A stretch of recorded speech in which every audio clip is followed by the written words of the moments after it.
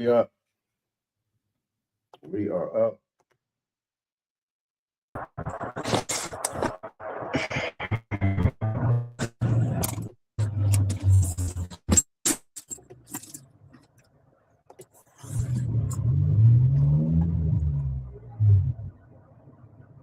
We are up. When you come in, none your business. I mean, what time did you come on in?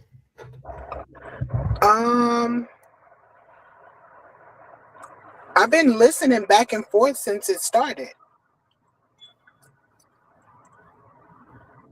So around 2:30. Oh, okay. But I'm back and forth, here and there, going places. Righteous. And I just got a tiny break. I really am still, in the traffic.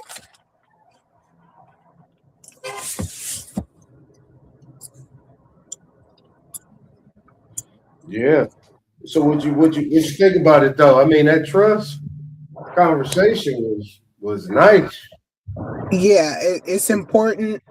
It's something that I've been thinking about from the beginning, like before you even started these lives. It's something that I've been wanting to learn, and I'm interested in the proper direction to go to learn it for myself. Learn it. I know I can't just learn it for myself without help, because unfortunately they're hiding the true route to the information. Like the school information is going to be different than what I would learn on the other side, Right. Because they're trying to hide whatever it is from us. So I just need to figure out how to do that. Right. Yeah, indeed. Because once I get it, I already know I'll be unstoppable. Right.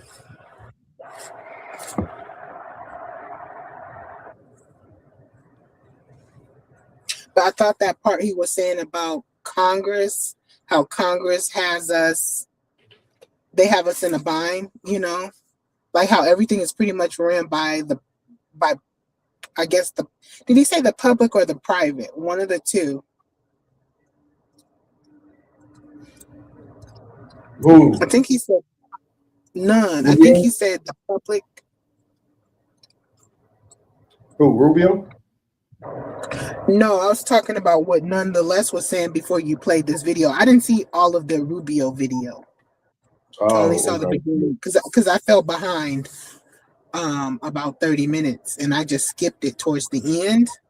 Mm-hmm. And I think that's when Nonetheless was talking about Congress and how Congress is pretty much what's blocking us as far as, being the people, being the ones who should be benefiting.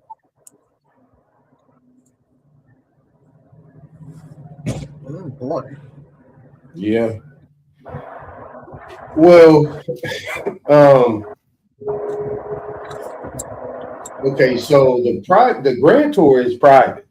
The grantor is private. They put it, Nani put a twist on it, talking about the United States is the grantor. No, they're not.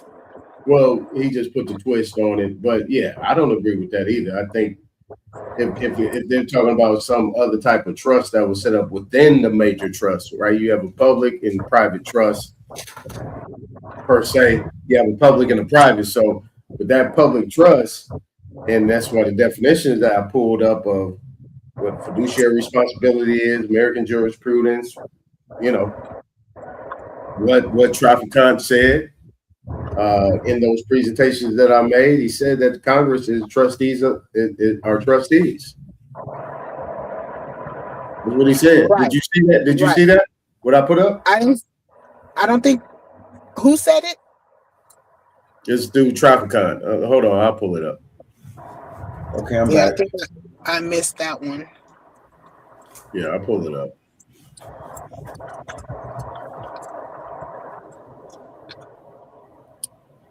You're going to be on for about 15 minutes, 20 minutes? I got to just take a break. Yeah. Well, I was just going to come up here. Nobody come up here. I'm going to go ahead and end it.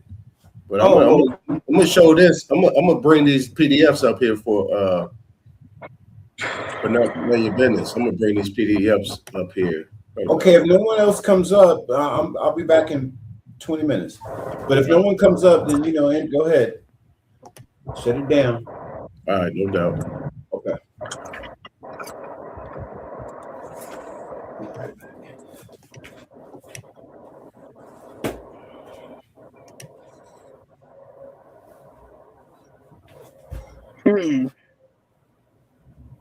Oh, was that the PDF that was talking about the beneficiary? Mm-hmm. Because a lot of this stuff is in the language, like the word when you were saying the grantor, grant. The Latin word for grant is dona. That's right. Don't that sound like donor? Exactly. Yeah. What I was showing. Exactly what I was showing. So the first quote unquote Indian words that I ever learned was dona. Wow. And come to find out it's Latin, but I was told it was Indian.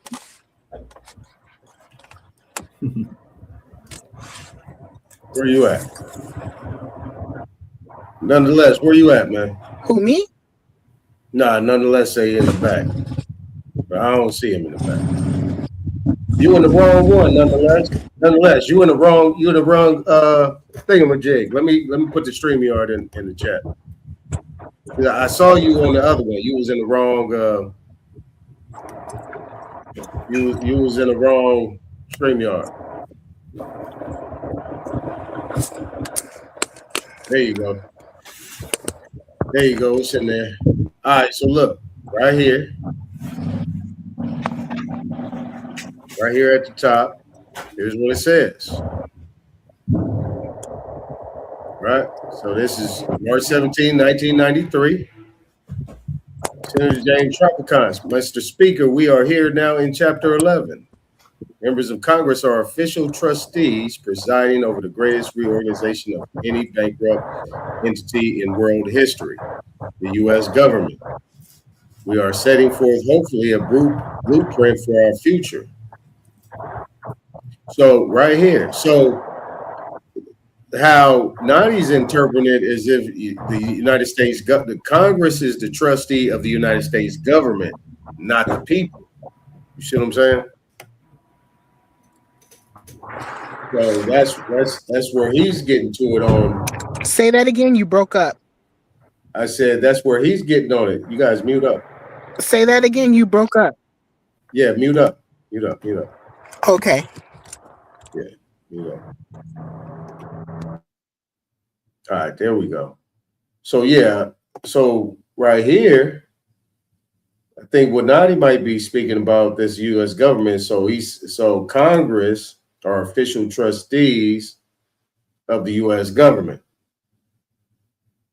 Maybe, you know what I'm saying? Maybe that's what he's saying. But you have fiduciary responsibility. This says public officers are held in trust for the people and are to be exercised in behalf of the government. So here we have trust for the people, held in trust for the people, and to be exercised in behalf of the government or of all citizens. Now, if government and citizens are interchangeable, right? If it's interchangeable, then Nadi might be on something. Government and citizens. It says government or citizens. Yeah, that seems backwards from the way I see it. What I see happening, because you go to the word Congress, and Congress supposedly stands for co-negress, and then when you are doing like a compound word, you can say code, but because the next word is niggers, you could add an extra in. You could say con. So it could either be with or against. You know what I mean? Because of the way they play with the meanings or the connotations of the word. So it could be con nigress, basically meaning they have the nigress, which would be the Indian woman, in a headlock. They have her quieted. And in that case, they're turning around and using her position to their advantage to get to the purse. You know what I mean? Because the United States government is already bankrupt. It's bankrupt from the beginning because they are de facto, de jure, and all those other, they're not where they're supposed to be. They're cheating. Kind of like when Jacob waited till his father was too blind to tell that he wasn't Esau, kind of thing. So they're out of order pretty much, and they shouldn't have any trustees because they are not what's the word, not testator or whatever, but they're not the beneficiaries. They're not the child of, which beneficiary means child of receiving the benefits. So, and I can see where someone who is benefiting from that situation would see it that way, but in reality, that's a false light. And this is why the government is considered insolent right now, because they are the debtor. They've never been us, the people. And I remember Biden saying that the government is we the people, which was a lie.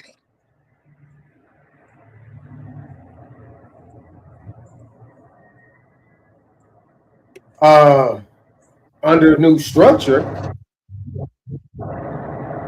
it could be the way they said it. This is what democracy. They said they want to maintain their democracy. That's what democracy is. Democracy is a mob rule. It's an interest group of people. Yes, they're doing something on their behalf within the republic. So under democracy, the government is it. We the people are the government. Right? Under that democracy, this is not a democracy. This is a republic, and yes, they slid that democracy. Yes, it is. It's a democratic republic. It's a democratic. Where's that? I believe it's a constitutional republic, but where's that written? I mean, if it's written somewhere, which I don't think it is, but wherever that is written, I'd have to see that. Right. So you have a de jure and a de facto, correct? Right. Okay. So it's they say these jokes is Peter and Paul, robbing Peter to pay Paul, and what they call it, tell it two Georges, and so on and so forth. You got two faces going. The two wolves walk. Two wolves together deciding. Two wolves and a chicken, and the wolves are deciding who they're going to eat. Okay, so under the circumstances, let me ask you this question. Do you really need statutes and codes when you have a Constitution and Bill of Rights and articles and a Declaration of Independence? Do you actually need statutes and codes? I personally would say, let me think about that. I would quickly say no. If you were dealing with those who have morality, you know what I mean? If you were dealing with trustworthy entities. Mm-hmm. And unfortunately, you are not. So the codes, the statutes and codes, maybe don't mark my word, because it could be the opposite. But I feel like from where I'm looking at this point, the statutes and codes could be used to harness them a little bit, to keep them like a checks and balances. Right. So under that circumstance,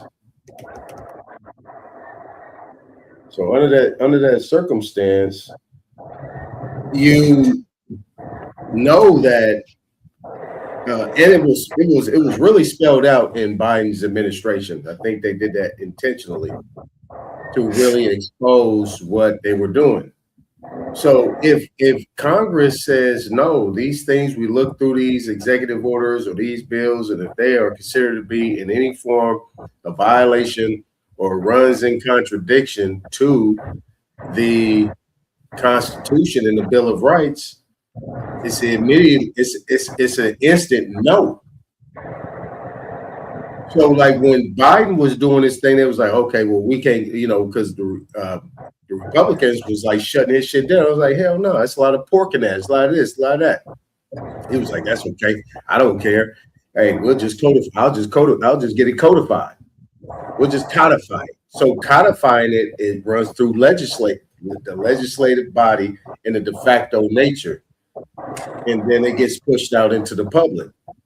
Those are your different. That's democratic. That's democracy. Right, and that's wrong. That doesn't follow what our ancestors intended. Right. So, but if there's no pushback, then it's kind of like you're quiet. That's pretty much law. You're complicit. Mm-hmm. That's true.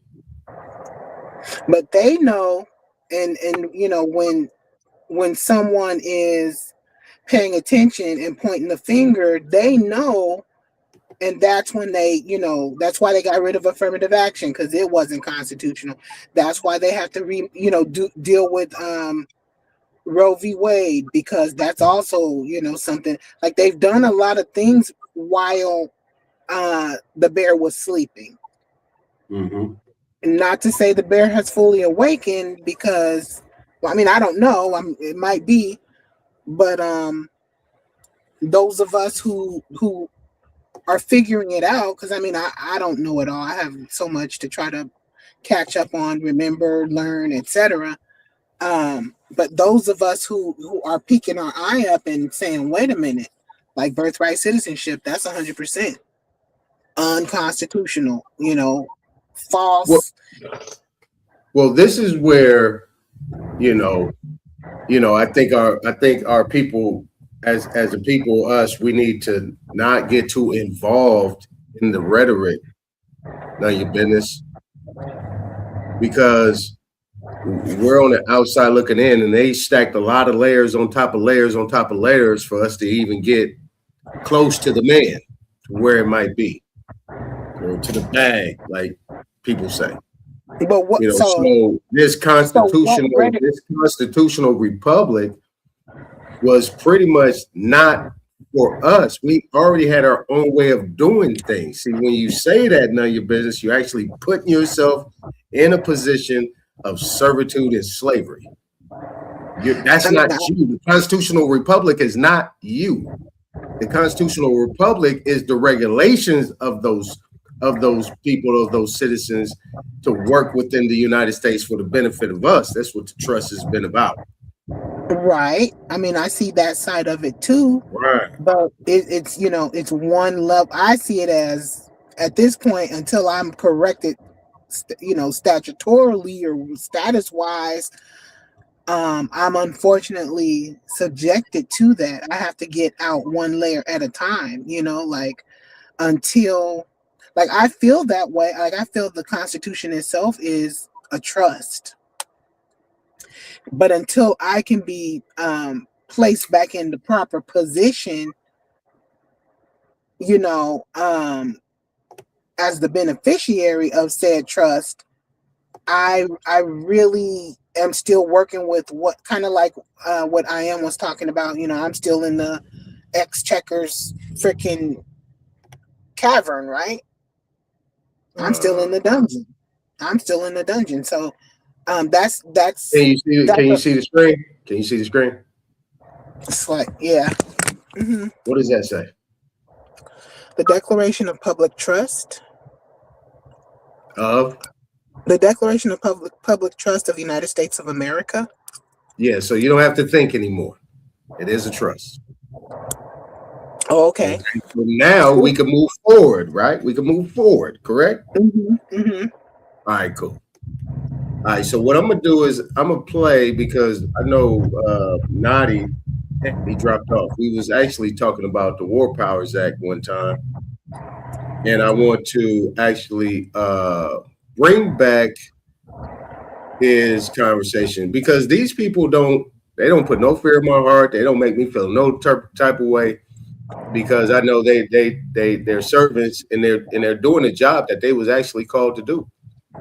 But these same people that thought they was being slick against their own people that brought these people in kind of one-upped them. That's why voters' rights bill, that little change y'all did, okay, it's out of here. Because you guys messed it up by allowing that whole sham to go with all these foreigners coming over here and putting them in positions in our neighborhoods in order for them to vote and do whatever they need to do. You know why? Because we wasn't voting for them. None of your business. We wasn't voting for these people. We don't vote on a large scale. The only people who was voting is the older people because they thought it was some form of an honor or whatever for whatever reason. And a lot of them people had to vote because they had government, state, and city jobs. And a lot of those votes were fraudulent. I used to work for voters registration. They have a lot of people who aren't even alive voting. They have people who they talked about that, but that's cool. I got you. We don't need to go through all that. You know what I'm saying? Yeah, I get it. Right. I get it. But that's their system though. But that's their system. You know what I mean? Right. They induced us to get into, but really it was our own people that induced us to get in here, and these people are throwing fists. I know you've been seeing what's been going on the stream. Them niggas is going crazy right now because of that voter rights stuff, because they know that's the end of their little money, that bullshit money they was doing. Exactly. Grifting on the people, grifting on their own people. Yeah, 3-card Molly. That part. All right, let's bring it up. Thank you, Mr. Secretary. The average price of gas in the country right now is $4.50. Do you have a thought on how long Americans are supposed to kind of accept this? Do you think it will affect Republicans' majorities in the midterms? Well, I'm not going to speculate on the politics of it. You can tell me. I mean, look, it's obviously being driven by global events. That was true during the Russia-Ukraine war as well, where you saw that come up. It's look, we don't benefit from the straits as much as other countries. I don't know if you've seen what the gas prices are like in other parts of the world that are really suffering big time. So we're very fortunate that the United States, I believe right now, is like the world's largest net exporter of oil and natural gas as a result, and not because of this war, but because we have this capacity. So we've been insulated to some degree. We're obviously still vulnerable to some extent to global prices, and so, but in the end, I mean, we're more insulated than other countries, even though that's not welcome news to Americans that are paying more at the pump, no doubt about it. And it certainly is one of the circumstances of it. There are people that were predicting would be much higher at this point, but we're not taking that for granted. Suffice it to say that think about it this way. Everybody needs to think about it this way. If Iran had a nuclear weapon and they decided to close the straits and make our gas prices like $9 a gallon or $8 a gallon, we wouldn't be able to do anything about it because they have a nuclear weapon. And a nuclear armed Iran could do whatever the hell they want with the straits, and there's nothing anyone would be able to do about it. And that's one of the many reasons, apart from like the massive loss of life in a nuclear strike, why Iran can never have a nuclear weapon. I mean, so this is an example of if they had a nuclear weapon, they closed the straits and they would tell the world, what are you going to do about it? We have a nuclear weapon. We can attack you with it. That's the world none of us want to leave behind. It won't happen under this president's watch, but some future president and future, in the future, Americans will have to deal with this. So just one more example of why these guys can never be allowed to have a nuclear weapon. Right there in the black. Right, you in the black. Yes, ma'am. Thank you, Mr. Secretary. Where you? No, right there. You both are wearing black. She's closer. No, you don't have black. You have blue on. I'm colorblind, but I know blue and black. Right there. Yes, ma'am. No, you. The first one I called on. Thank you, Mr. Thank you. This is chaos, guys. Go ahead. Welcome to the White House. long been a leading voice on human rights in China, and so including religious persecution and forced organ harvesting. So President Trump prepares to meet Xi Jinping next week. Do you expect human rights concerns to be on the table? Or well, we always raise those issues. They remain true, and I think we've proven in some cases it's most effective to raise them in the appropriate setting. But we always raise those issues. They're important to us, among with others, of course. But those issues remain prominent in our view and in our conversation about these things. You check the background. Yep, I figured somebody be back there. Hey, let me put this in the chat. I got the full screen sharing. I can't see nothing. So if you are on, okay, message me in the front chat if you are trying to get on. Let me just say that. Who is that? Right, let's get back to it. No, it's Derek.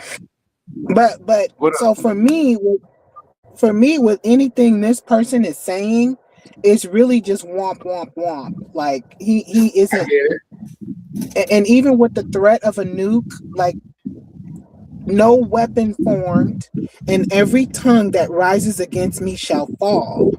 Every knee shall bend. He is a servant. He is to hush and be directed by me, by you, by us.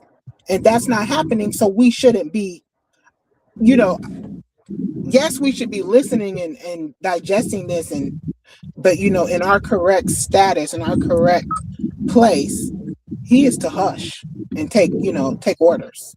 No, Because not right now. No, you business. Not right now. You see, you can't be that aggressive, sister. I said in our proper place. I can be that. I can be that aggressive. If I'm not aggressive, that's when I'm going to get run over. Though that's why I've gotten run over, because I wasn't, properly calling things as they should have been called. You know what I mean? Like we didn't learn the stuff we needed to learn from our great grandparents about this, and so when all this started to take root, we didn't know. We were confused. Are we going to go to sporting goods? Because I want to get. Yeah, well, that's this is why I'm here. I'm here to alleviate your mind, to relax a little bit. And there's things that are being done that these people are attacking based on the constitutionality of a lot of things that pretty much was to the detriment of us. Right, but you said constitutionality doesn't matter because that constitution was for them, which okay. I do think that too. I believe that's true. Let me spell it out. Without a treaty, no constitution exists. So that constitution is key, because that constitution is based off a treaty. No treaty, none of those things they're not able to create that public trust. They're not able to create that corporation. That's why the United States of America is a private, nonprofit 501c3 trust, public trust. That's what it is. That's just what it is. And keep it there. That's why I was telling you was in and out. And this is when I read that Gettysburg thing, the public trust doctrine that I showed you, I said, stay right there. Do not go outside of that. If you listen to him talking, listen to him as a trustee, as a servant, giving you information that you can use. Don't look at him as an enemy. Look at him as somebody that's over here giving you information. Who, Rubio? Rubio. Can you hear me? Oh, Rubio? Yeah, Rubio. Okay, yeah. So, and trust is in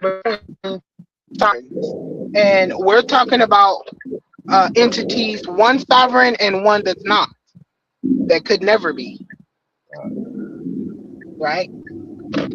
So then what treaty was there? What treaty is there? There's no treaty. or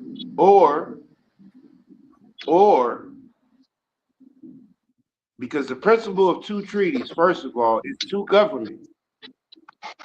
So I'm Right. saying that Well, the to treaty sovereign, hold on, sovereign hold on. government. Okay, I understand. That's what I'm telling you. The treaties, I believe, Oh, that's exist. Derek. Hey, Derek. Yes, I believe the treaties exist, but they don't recognize the other government that created the treaty. The agreement had to be within two governments to create a treaty. Now, in this country, there's a government that existed that flourished, that is not recognized as a nation in which it was. Because in order for you to have a war, it has to be between two nations. On this land right here, there were two nations. No, that actually, okay. Why would you say it didn't happen? Because they had one nation itself No. and call it a civil war. See, and I think I can honestly tell you this is the problem, because this is where the farce started. Because the Civil War was about money when you look at it in the end. The land was owned by the people of that nation, the Confederate Republic. But they tell you that it was white people. Yeah, I don't think it. Yeah, ultimately, I understand all wars are about them intervening in our closed system that what you would call segregated out of.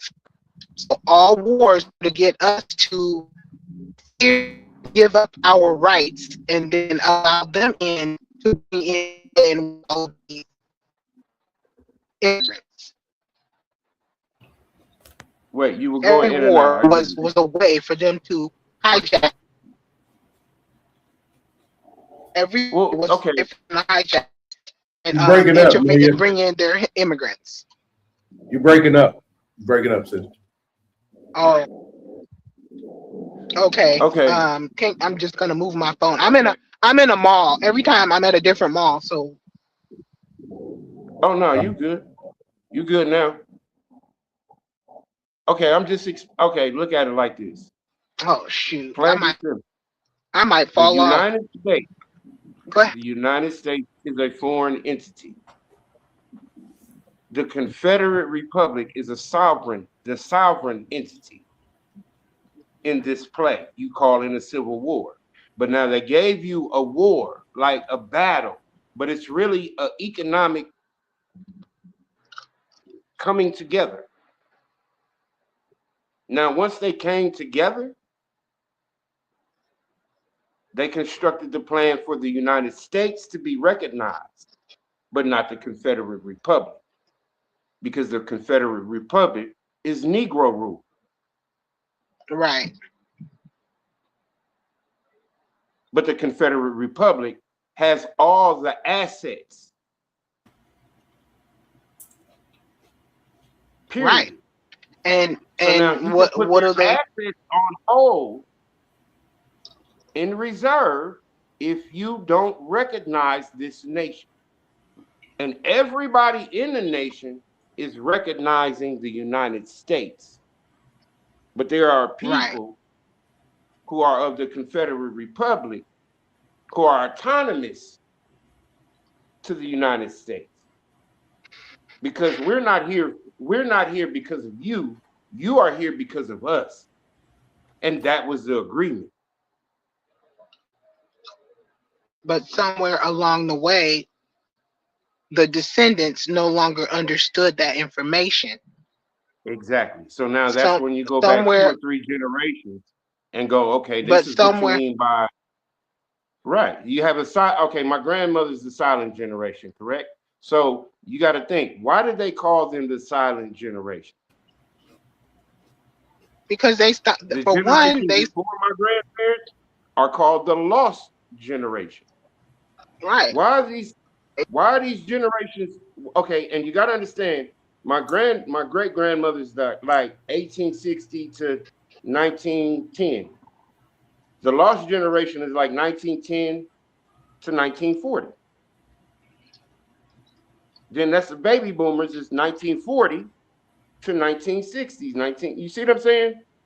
But they call these Yeah. people the silent generation and the lost generation for a reason. Right. Because within these two generations, their children were taught a whole different ballgame. Mm-hmm. Which never should have happened. They never, and they fought to make that happen. I believe they said isn't it Rockefeller's the one who's responsible for the school system? Rockefeller, Roosevelt, because Roosevelt's the president during this time. You see what I'm saying? Truman, all these people. And Rothschild. Yeah, all Rothschild. These people, that's who's funding all this. Because at the same time they're creating this, they're actually, segregating the people so they can segregate the economy.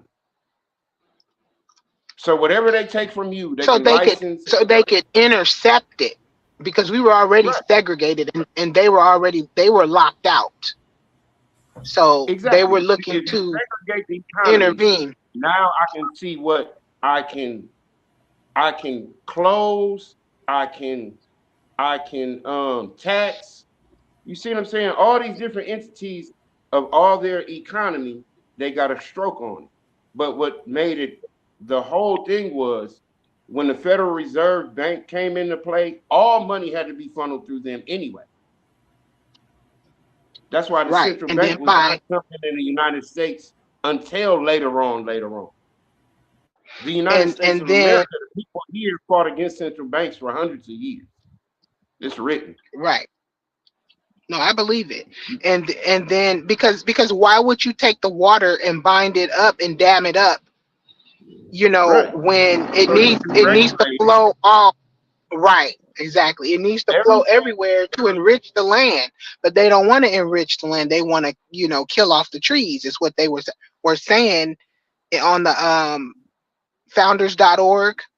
But that's exactly why they silenced the generation they silenced, and the other one they cut them off so that they would be lost, because you were no longer speaking to your elders. You were no longer learning, because a lot of this rhetoric doesn't exist when you are Indian and you are labeled as such, and all of this game that they put in play, this monopoly is closed down, and they are in their 13 colonies as servants.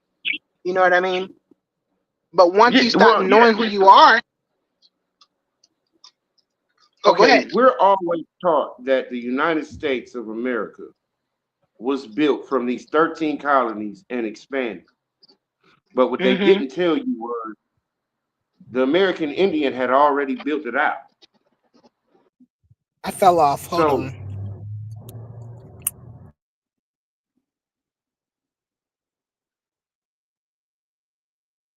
Hello? Yep. Okay, go ahead. What they didn't tell us was what? What they didn't tell you was the American Indian had already built out all the United States. Right. When you look at it as 50 states, it was just one land. But they didn't tell you that this one land had running water, tall buildings. You know what I'm saying? Route from this part to this part. All this shit is in play. Right. But it's free. That's why there's because people are, well, how come ain't nothing written? It's free. What do you need to write down? When you get on the train, you can sit your ass down and ride, and when you get off, you get off. Right, but that's the thing, though. It was written.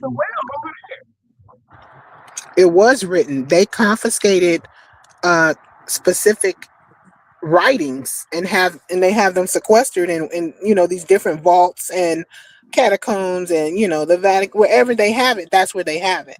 and they're keeping it, from us. Even the economy before the central bank. It's the same economy, right? From 19, let's say 19, okay, the central bank came into play 1913. 1913. Something like that, right? Now, if you go back and understand, okay, there was none of this before the 14th, 15th, the 15th, 16th, and 17th Amendment all happened in the same year. Right.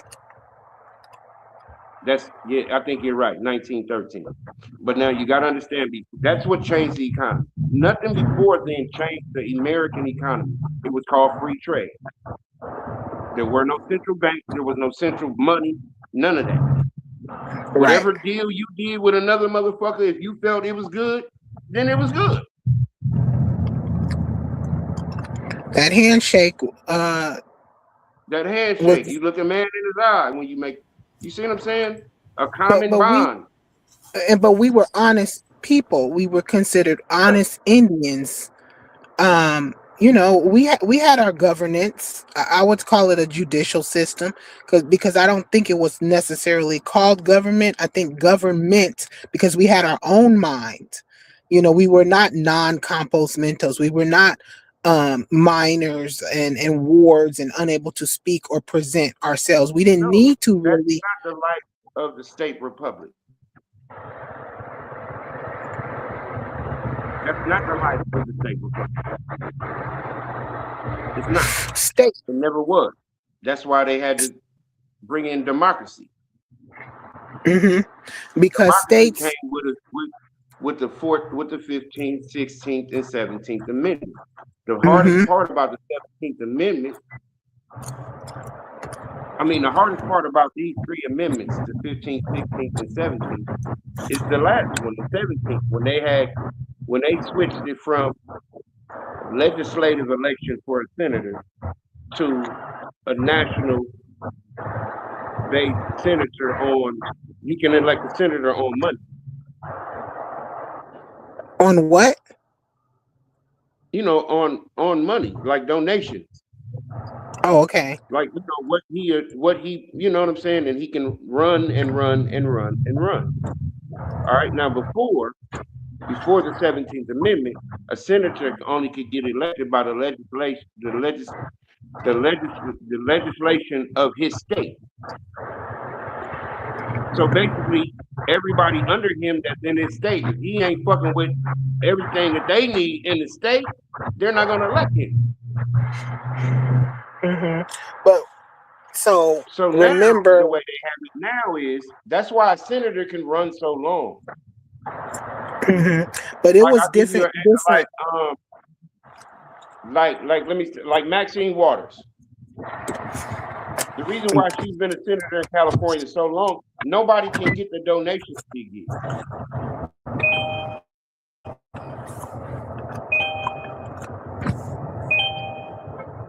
So that's why she keeps winning. Okay.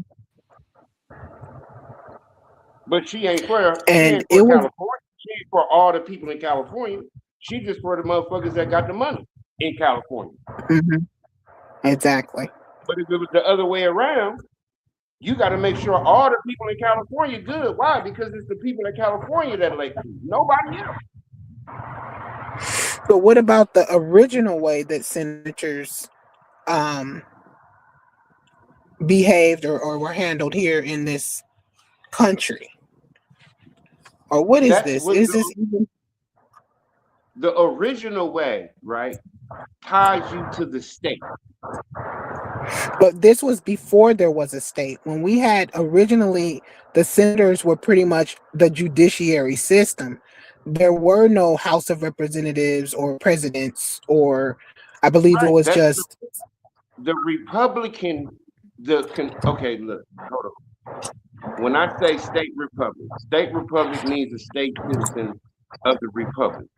The Confederate Republic is just that, the old way. When these two people came together, the old way ran the system. They had to make a new way. That's why all this shit happened later on. They had to first do Reconstruction. Once you get Reconstruction, put it in writing, now they come up with all the acts and all the amendments.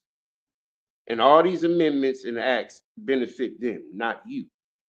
But the original deal benefited you. But they never tell you that that original benefit never dies. It's still there. Right. Okay, wait. Look at the screen. Let's talk about democracy. Because the one thing that is being shown right now, and this is what these pale skins is doing, is they're exposing these niggas, man. They exposing them for what they did. They sold us out. They keep saying their democracy, their democracy, their democracy, and then they're talking about we in the same sentence with the white folks. Right? So this is a democracy right here. This is democracy, that form of government in which the sovereign power resides in and is exercised by the whole body of free citizens and is distinguished from a monarchy, aristocracy, or oligarchy. Theory of a pure democracy. Every citizen should participate directly in the business of governing, and the legislative assembly should comprise the whole people, but the ultimate lodgment of the sovereignty being the distinguishing feature, the introduction of the representative system does not remove a government from this type. However, government of the latter kind is sometimes specifically described as a representative democracy. So these people, these brothers and sisters that's crying and screaming at the top of their lungs about the Voting Rights Act and this bill and so on and so forth, this is going to set us back, so on and so forth. They're talking about them. They're not talking about you and I. These people have sat there, they've been tied off the hog, they've been doing great, and at the same time, our communities have been not only infiltrated, but decimated. Yeah, you hear? I hear you. Man, I can't hear. Hey, yo, Aton, can you hear me? It's been decimated. Yeah, hold on a second. Hold on. Because a lot of people can misinterpret this, right? Watch this part right here. Tell her to drop off and come back. Because she can't hear. Sick of this phone. He said to drop off and come back. Can you hear us? But she dropped off. Okay. Democracy is loosely used of governments in which the sovereign powers are exercised by all the people or a large number of them. Or specifically a modern use of a representative government. This is what we're up under right now. We're not under a republic. We're under a representative government, a democracy, where there is equality of rights without hereditary or arbitrary differences in rank or privilege, and is distinguished from aristocracy. In modern representative democracy as the United States and France, though the governing body, that is, the electorate, is a minority of the total population. The principle on which the government is based is popular sovereignty, which distinguishes them from aristocracies. The same thing. Same thing, man. This is what they're doing. It's democratic, of or pertaining to democracy or to a political party. Bingo. Called democratic. Particularly in the United States, the Democratic Party, which succeeded the anti-federalist or Republican Party. So if it's pertaining to democracy, democratic means it's a political party. So that the Democrats and the Republicans have a form of democracy that they're using within their party. And if you're not in it, then you're not in there. So even these people that are voting Republican, signing up as Republican or signing up as Democratic, still aren't a part of those parties. Unless you're donating or funding it or something. I don't know. But hey, this is what I'm saying. I know what y'all saying, but This only makes sense if you make everybody a citizen so they can feel like they can vote. Now, before, was everybody citizens of the United States of America as a federal entity, or were they state citizens as a person? I mean that's Because under the republic, a question though. you can't be a federal citizen. Did you realize that?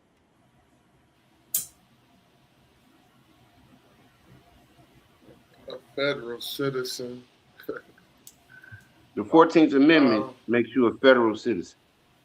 Before the 14th Amendment, you couldn't be a federal citizen. They didn't even have that. You either your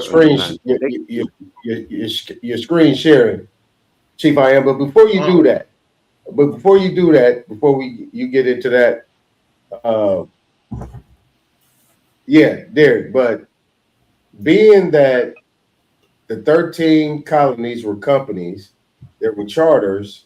They were pretty much a certain square mile of ports that was dealing with trade in and out, subject to England, and then end up being subject to the indigenous people, or all the same. That reorganization moved them from a foreign entity over to a domestic one here on the land. Whichever one that is, we had our own government. You said that. We had our own government, we had our own nation, we had our own citizenship, we had our own way of doing things. What do we have to do? Right, and those were the original senators. Those are those original senators. Like when you see those, when you see that picture of those three Peruvian guys, and it says Peruvian men of state on their way to government. So we were connected with, all the whole America was in action together. We had, like you said, all these buildings that were built.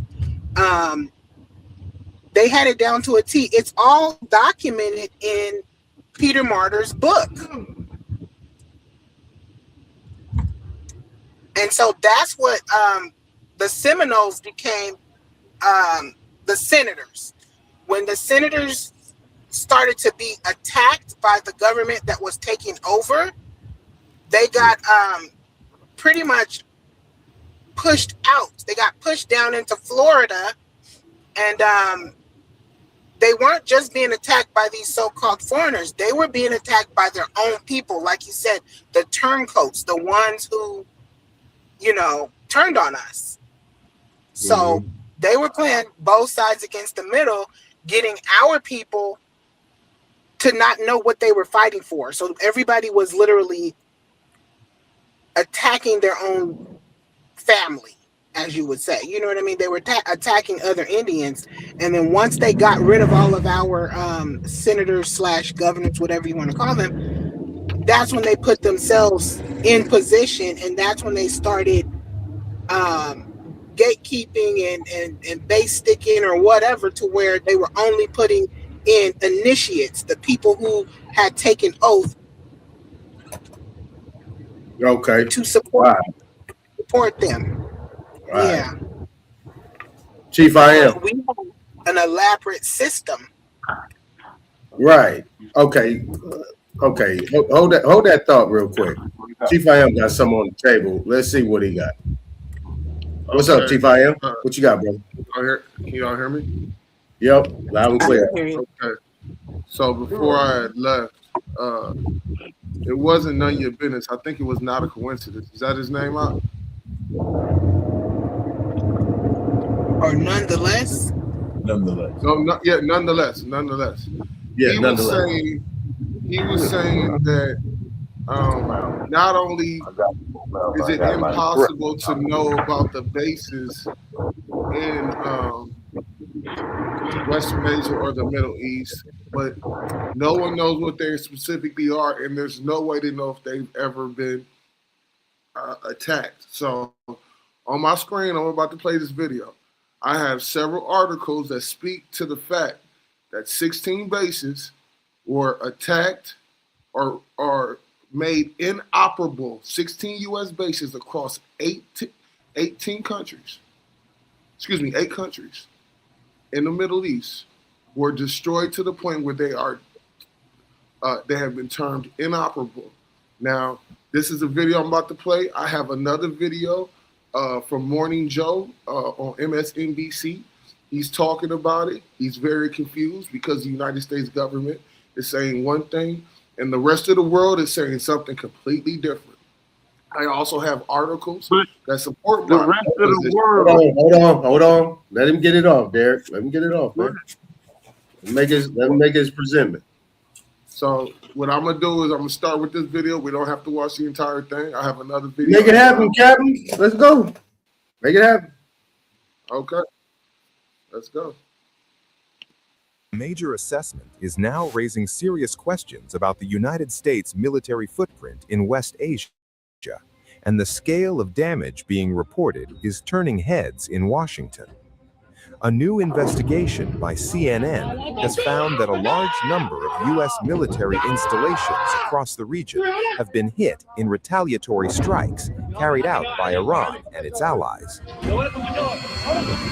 According to the report, at least 16 U.S. military sites spread across 8 countries were targeted, marking one of the most widespread waves of attacks on American infrastructure in the region.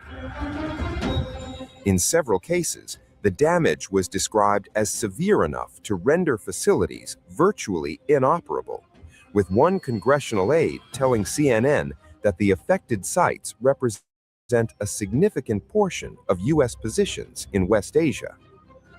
The investigation is based on dozens of satellite images, along with interviews conducted with sources in the United States and Persian Gulf littoral states, offering a detailed look at the scale of the impact. What they did to our kids is up, man. A global social media addiction settlement may be coming in 2026. These platforms allegedly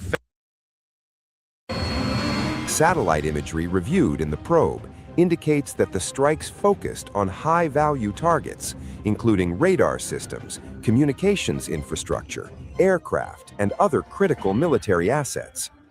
U.S. officials cited in the report have offered mixed assessments. While some say the damage is extensive enough to shut down entire facilities, others believe certain bases can still be repaired due to their strategic importance. But one source summed up the situation starkly, saying, "I've never seen anything like this before." The findings are likely to intensify debate in Washington over the resilience of U.S. military infrastructure in the region as tensions with Iran continue to simmer.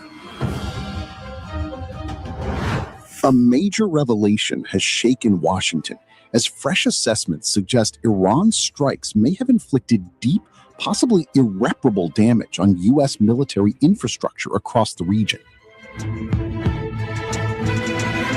According to RT News, citing a senior U.S. national security analyst, Iranian strikes have hit more than 100 American base targets, raising questions about the scale of the damage.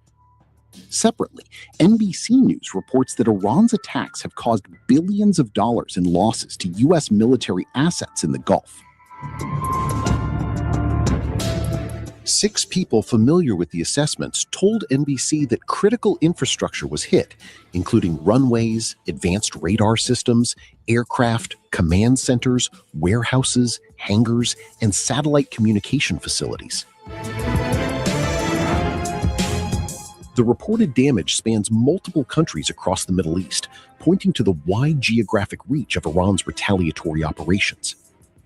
According to NBC News, the cost of repairs alone could climb up to $5 billion as scrutiny grows over how much of the damage has been publicly disclosed by the Trump administration. Mr. Hegseth, I stand by what I said last time you were here. You were incompetent then, you're incompetent now, and you're the gift that keeps on giving when it comes to incompetence. Any moves we make with general officers, first of all, I thank them for their service. And ultimately, My impression is you thanked him by a text or a phone call. You didn't even do it to his face. out of respect for these officers,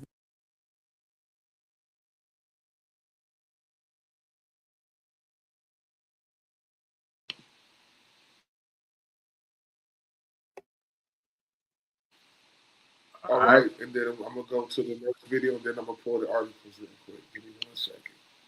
All right. This is MSNBC Morning Joe.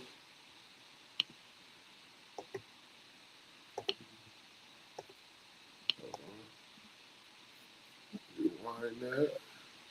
So do y'all believe that or don't? I don't. They hit one bomber is about 3 there's days about 2 ago. billion. So this One just bomber. came here and said that none of the U.S. bases in the Middle East have been attacked, and they're talking about 18 across 8 countries have been destroyed to the point where they're inoperable. Right? I didn't 3 see days that. ago. Listen to how confused he is, because the world is saying the United States that Iran just damn near sunk a U.S. military ship. Come on, man. Now, all right, before we get into it, hold on. Now I'm gonna tell you, if you think about what's really going on a global scale, for the first time in U.S. history, the white man ain't so big. He ain't the image of the world. He ain't what everybody else thought he was. This the first time.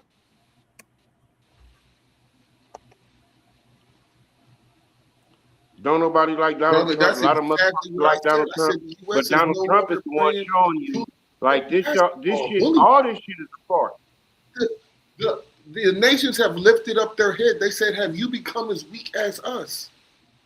That's what they're saying. And this brother is so entrenched in this swag, this U.S. American swag that we can go and take whatever we want. No, bro, it's not going down like that no more. Now, but let's just listen to this real quick, because this is more than Joe. He's confused. The world, okay. First of all, the world. But I'm saying, like, the reason why white people are confused is because they were raised to believe that they created this life. And they told the world that this is their creation. In 2026, the world is looking at them like, nigga, you lying. The niggas created this life. Period. That part, Derek. That part. Man, listen, I'm not arguing with you that we created it. I'm saying the people that have been controlling it are losing their yoke over the world. And they're being okay. They're being They know. Right, man. It's so coming You gotta mute your mic. Up there in the 16,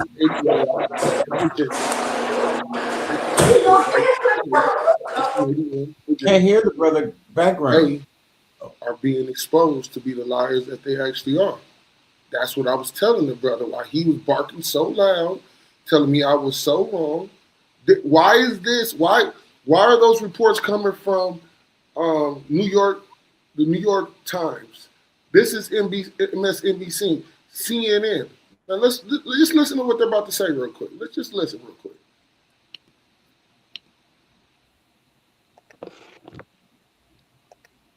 Y'all don't. You had to bring your thing down? Hold on. Hold on. Where you at? It's buffering right there. Where you at? What do you mean it's buffering? It's playing on my end. I don't. No, I ain't I got don't no hear sound it. over there. Ain't no No, sound. we ain't got no It sound. was playing. It stopped. Yeah, it stopped. Yeah, go ahead, hit play. There we go. We still don't hear nothing.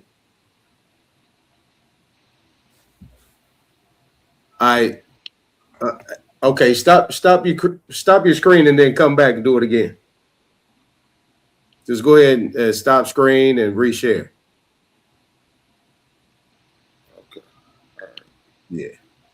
Go ahead and do that again. See if we can make it work.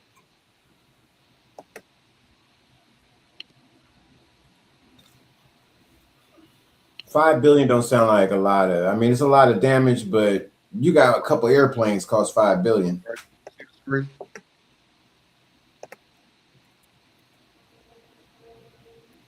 Well, 5 billion ain't really it. The price ain't it. It's the principle. You got to All share right. my screen. There we go. All right, let's see if it'll work. There we go. I'm gonna make it bigger. Yes, sir.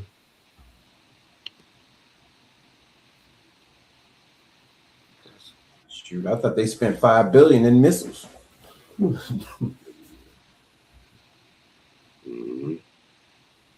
Maximize it. Press play. And I'm gonna go on mute. Let it play.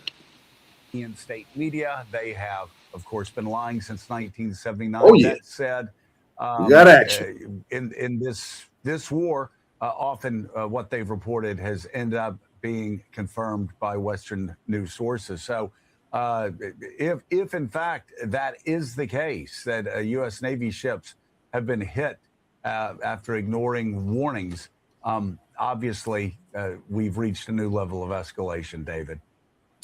So obviously we have to be careful with this first report, but we're sure that there is a very precarious situation in the Gulf now, in which the U.S. is announcing a desire to help facilitate transit through the Strait of Hormuz, but isn't declaring an actual escort mission. And this morning, we didn't talk much about it, but an Iranian commander said early this morning that U.S. ships would be fired upon if they challenged the Gulf, challenged the Iranian presence. So we may be seeing a follow-up. I'm thinking, as you are, as I'm sure all of our viewers are, what does President Trump do in response to this? When somebody shoots missiles at your ship, you then are almost obligated to take action. And so what was a precarious situation before now becomes even more so. I'm sure that the Pakistani mediators who've been active now for several weeks are on the phone right now. If this is a Revolutionary Guard vessel outside the normal Iranian chain of command, that's one thing. If it reflects a decision by the leadership in Tehran, that's another. So much we don't know right now, but I must say, you can just see the black smoke rising from the Gulf and worry that the next stage could be another downturn. Yeah, David, let's spend another minute on this. We should, of course, reiterate it's from Iranian state media. It's not been independently verified. I've texted a few people in the Trump administration, no word yet. I mean, news just broke a few moments ago that this alleged event occurred. But if it is true, it is a marked escalation, that this is Iran suggesting that, we do control the Strait of Hormuz, and this is a U.S. warship. There have been attacks on U.S. ships earlier in the war, largely defended. We have learned, though, that in recent reporting that Iran had more success hitting some U.S. military bases in the region in the war's first days than was first known.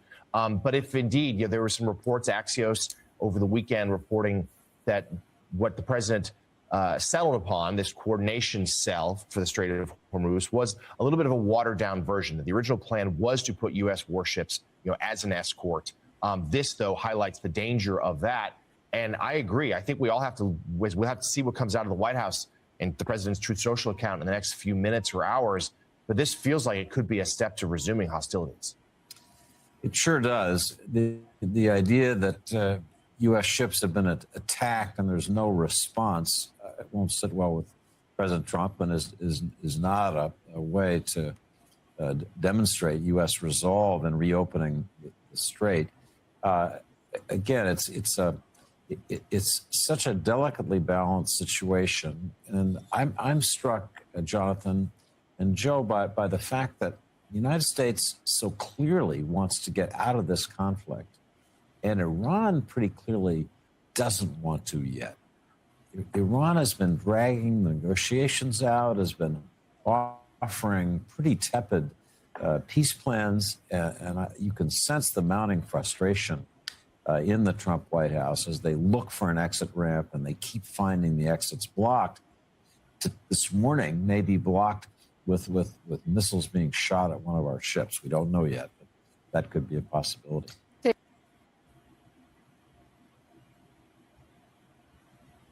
All right, so that was a lot of fluff. It seemed like what they I'm were saying. just Okay, I heard speculating a about little bit. listen to CNN. No, Yeah, it seemed like it was a not- little speculation, like they was trying to figure it out, right? They was trying to figure it out. on Iran state media giving this information to the world. This has been verified by Al Jazeera, right? Another third party foreign media press that some would say is unreliable, but yet every time they say something, they're right about it, right? So how is the U.S. the bully? And then listen, we got the truth out of Mark Rubio, which you played earlier. He said Iran's not playing by the rules. They're putting mines in the ocean. They're firing on our ships. He just validated this story that broke 3 days ago. So nonetheless doesn't know what he is talking about. And for him to say he got family over there and they saying that they over there, but they can't say, how does the rest of the world know that 13 U.S. bases have been destroyed in 8 countries? Come on, man. We got to stop this, man. Y'all got to get y'all head off the stand, bro. Hit and destroy are two different things. I mean, I hear you. Everything around you is sinking. You see the system imploding upon itself. And we're still trying to hold this shit up like it means something? Come on, man. No. Hold on. I got another. Hold on. Have you seen? I understand what you're saying. Have you seen the all right, but no one's holding up. declaration or the request to resolve the war by Iran? What they said? Has anybody What seen did they that? say? No. What did they say? Let me pull them up. No, don't. You ain't got to pull it. Just tell us what they said. You tell me if this war is ever going to stop. Okay, just tell us what they said. This war ain't stopping. It's just getting started. Just tell us what they said. You don't have to bring it up. Time magazine. Let me share it.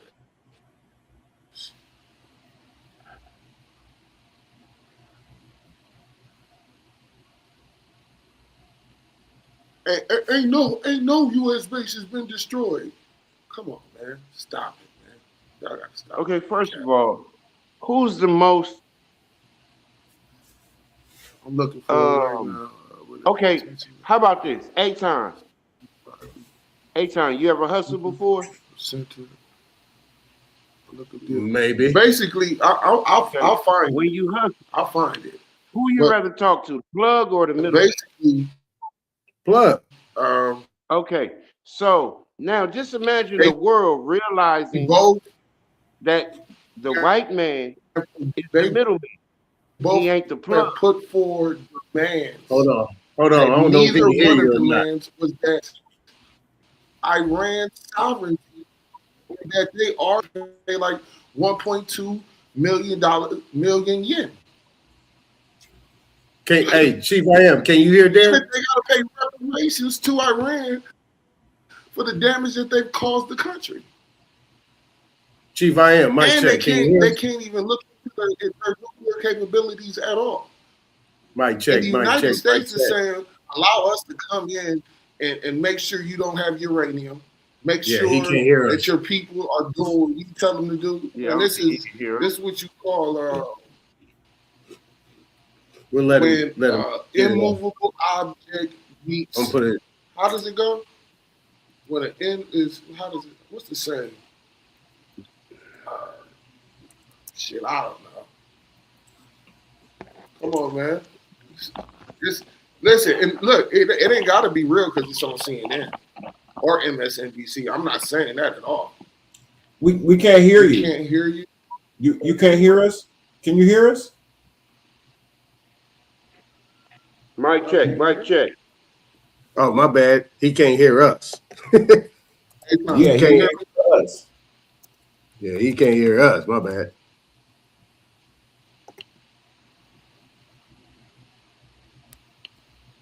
Yeah, you can't hear us. yeah, Tamula, yeah, but he can't hear us on the stage. He can't hear us. Yeah, I hope I can. Nobody Can you hear us now? Hey, Derek, can you hear us? I see Derek's thing moving. I can't hear him. Every time I see your thing moving, what's going on? Do I need to come out and come back in? Hold on, let me pull him out and bring him back. Can you hear us? Can you hear us? Hello? Mic check. Can you hear us? Mic check. Can you hear me, Aton? Yeah, I can hear you. We can hear you. Can you hear us? Nope, I guess not. All right, come on back, man. Drop off. Come on back. Can you hear me? Can you hear me now? I just took my headphones off. Can you hear me now? Yeah, can you hear us? Can you hear us? Yeah, I can hear you. Yeah, y'all didn't hear nothing I just said? Yeah, we heard everything you said.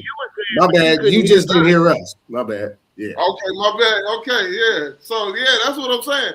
Look, I'm not trying to go against the brothers and sisters. I'm just saying we got to be honest, man. Mark Rubio just admitted that Iran is giving the U.S. funk in the Strait of Hormuz. Of course he's saying that. That's why you know he's genuine. Let's listen to some more.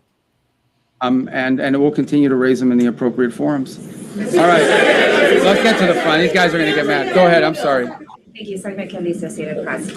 You mentioned earlier that some countries have privately and publicly indicated their willingness to help with Project Freedom. Can you say how many have reached out to the U.S. with their offers of help and what kind of capabilities? Well, I mean, thank you for your question. That's a good question. I mean, multiple countries have said we got to do something about it and fix it. Is it like dozens or single digits or more than 100? I don't know. I don't put a number on it. I would just tell you that here's what I would say about it.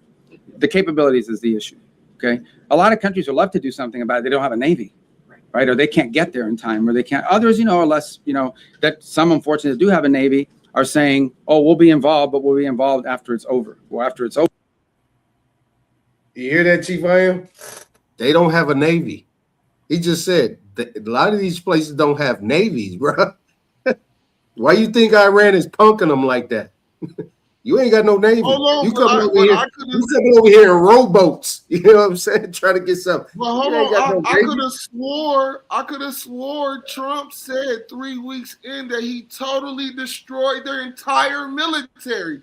How are they shooting No, Navy. He said they put their Navy at the bottom of the sea and they ain't got no Air Force. So I don't know what they think all these missiles. Through missiles on the land. On the land. I mean, I'm not there, but it's got to be on the land. If there's no Navy and no Air Force, it's got to be missiles on the land. I don't get it. They all lying, like you're saying. They lying. Everybody lying. Do you believe everybody in your honest mind that this country has not set up their trap house that they've been having for hundreds of years? I think it's stupid. To defend at any motherfucking cost? Hey, look. Nigga, we let all y'all make money, nigga. Fuck all the bullshit. I understand the gangster side of you, and I'm not denying what you're saying. Now, why? Only because, hold on, the gangster side only holds up because the United States run this shit like gangsters. That's why they got the military. Hold on. That's why they do the shit they do. But the world today, right? Today, 2026, understands these people that you looking at behind these motherfucking images that you call the White House and all these flags, there's a middleman. The real owners of this land that you call the United States of America, the wealthiest, most powerful, most motherfucking, gangster shit in the world, actually is owned by the niggas. And we can prove it. That's okay. Hold on. Let me play some more of this. Hold on, can I respond real quick, Don? No, sir. No. It's a quick response, Aton. I ain't got a lot to say. Real quick. If United States is the bully, like y'all saying they are, that they have been, right? Why is the bully trying to challenge? Why isn't the bully destroying? Listen to the language he's using. He said someone needs to challenge Iran. That ain't how bullies talk. Bullies kick niggas in the head. Bully, the Broad Street bully Beanie Siegel took over blocks. He didn't ask. Why ain't they operating as bullies? Why do they need the rest of the world to help them? Because the United States is broke and don't nobody want that money. The middleman. Nobody wants that money no more. You don't have the authority to.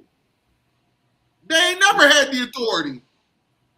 Because the authority of your country to destroy any land belongs to a whole different people. Period. Yeah, I thought this was going to be short. I understand where you're coming from. I'm just saying we are now. Okay, the world. If you're saying that, no, if you're the saying only locally, reason that you put on the Bully Act is because the world thought you was the motherfucking owner. And you thought this was going to be short. Chief, you thought this was going to be short. They understand that the reason why you can't is because you're not the owner. My man, I'm just saying, I got to push back. And I get what he's saying. The world's recognizing who the real heirs of America are, and it's the Negroes. I think they always knew that. Nigga, they've all been in on this shit. I'm just going to be rude. How about that? It's kind of like, go ahead. I'm done. That makes sense. So, we'd like to have it. Now, there may be some utility in a post, closure mission. I'm not downplaying that, but I think that's been the challenge. But there are other ways they can help, unique ways that they can help. And I don't want to get into who these countries are for obvious reasons, because they are prepared to help us in certain ways, but maybe don't want that publicly disclosed for no other reason than it impact their foreign policy. It could have some domestic ramifications. But ultimately, I don't want to mislead you. The primary responsibility for this Project Freedom is on the United States, because we're the only country that can project power in that part of the world the way we're doing now. We're the only ones that can do it, and we're going to do it as a favor to the world. Understand this. This is a favor to the world because it's their ships that are stranded. It's their fuel supplies that are stranded. By the way, it's their there's humanitarian aid destined for different countries in the world that's stranded in the Persian Gulf right now. It's the fertilizer that they need for their food and crops that's stranded in the Persian, not our fertilizer, their fertilizer. So we want to be helpful, and that's why the president stepped forward, because we're the only ones that can. Frankly, we're the only ones that can. Secretary, on the rise. Wait a minute. Wait a minute. Let me. Can I get in, y'all? Hey, look. Right there. Yeah, he was leaving something out. I ain't saying he lying. See, I ain't gonna go that route with Chief IL. Derek, he ain't lying. He's leaving something out. When he looked down, started playing with he wasn't reading, but he looked down. He looked away. So that means he had to grab something. He was hiding something right there. So I don't think he's lying, but he hiding something. If Esau is talking, he's lying. That's what he's hiding. It ain't lying. It ain't lying. It's something. The reason why he ain't lying, but he just ain't telling you the whole truth. He ain't telling you everything. We are helping y'all out because these are your ships. Yeah, he's pretty much saying the reason why he's letting everybody know that Iran is a superpower. That's what he's telling you without saying it verbatim. He's saying Iran is a superpower. They control those. They control those waterways right there. They control them, and a lot of them people are weak. But it's they can't do it. So the United States is the only one that can make it happen. But it's their land. It's been their land for like at least the last 100 and something years. But he said that it's international waterways. Nobody can regulate that. You know what I'm saying? Nobody can regulate those waterways. So Iran has been the bully, is what it sounds like. In that they've been the bully, and then they came to find out that when what happened with old boy McCain. Remember what happened with McCain? If y'all don't know, y'all need to look it up. Yeah. Remember ISIS? and all those situations that was going on. This is where they got to find it out. And all the time, the military joint, hold on. The military joint chiefs of staff, right, were so weak that they was in pocket that they couldn't say nothing, right? Because you remember McCain was a POW, so they say. You know what I'm saying? But at the end of the day, he was concerned to be compromised, just like they saying a lot of these other people are compromised in regards to their dual citizenship or them giving aid, right? That's why Trump brought back the Alien Enemies and the Alien Seditions Act. That's why he brought back the naturalization. He brought all those things back because obviously people have been quiet about these so-called representatives utilizing funds or utilizing resources here in America to fund foreign T groups. You know, I'm gonna say T groups. See what I'm saying? Yeah, which made them the other T. You feel me? With the it's at the end. The T and the it's. So Chief do not get too far away from the fact that these representatives have been ultra veers, my brother, way out of pocket. Now let me get back to my video. No.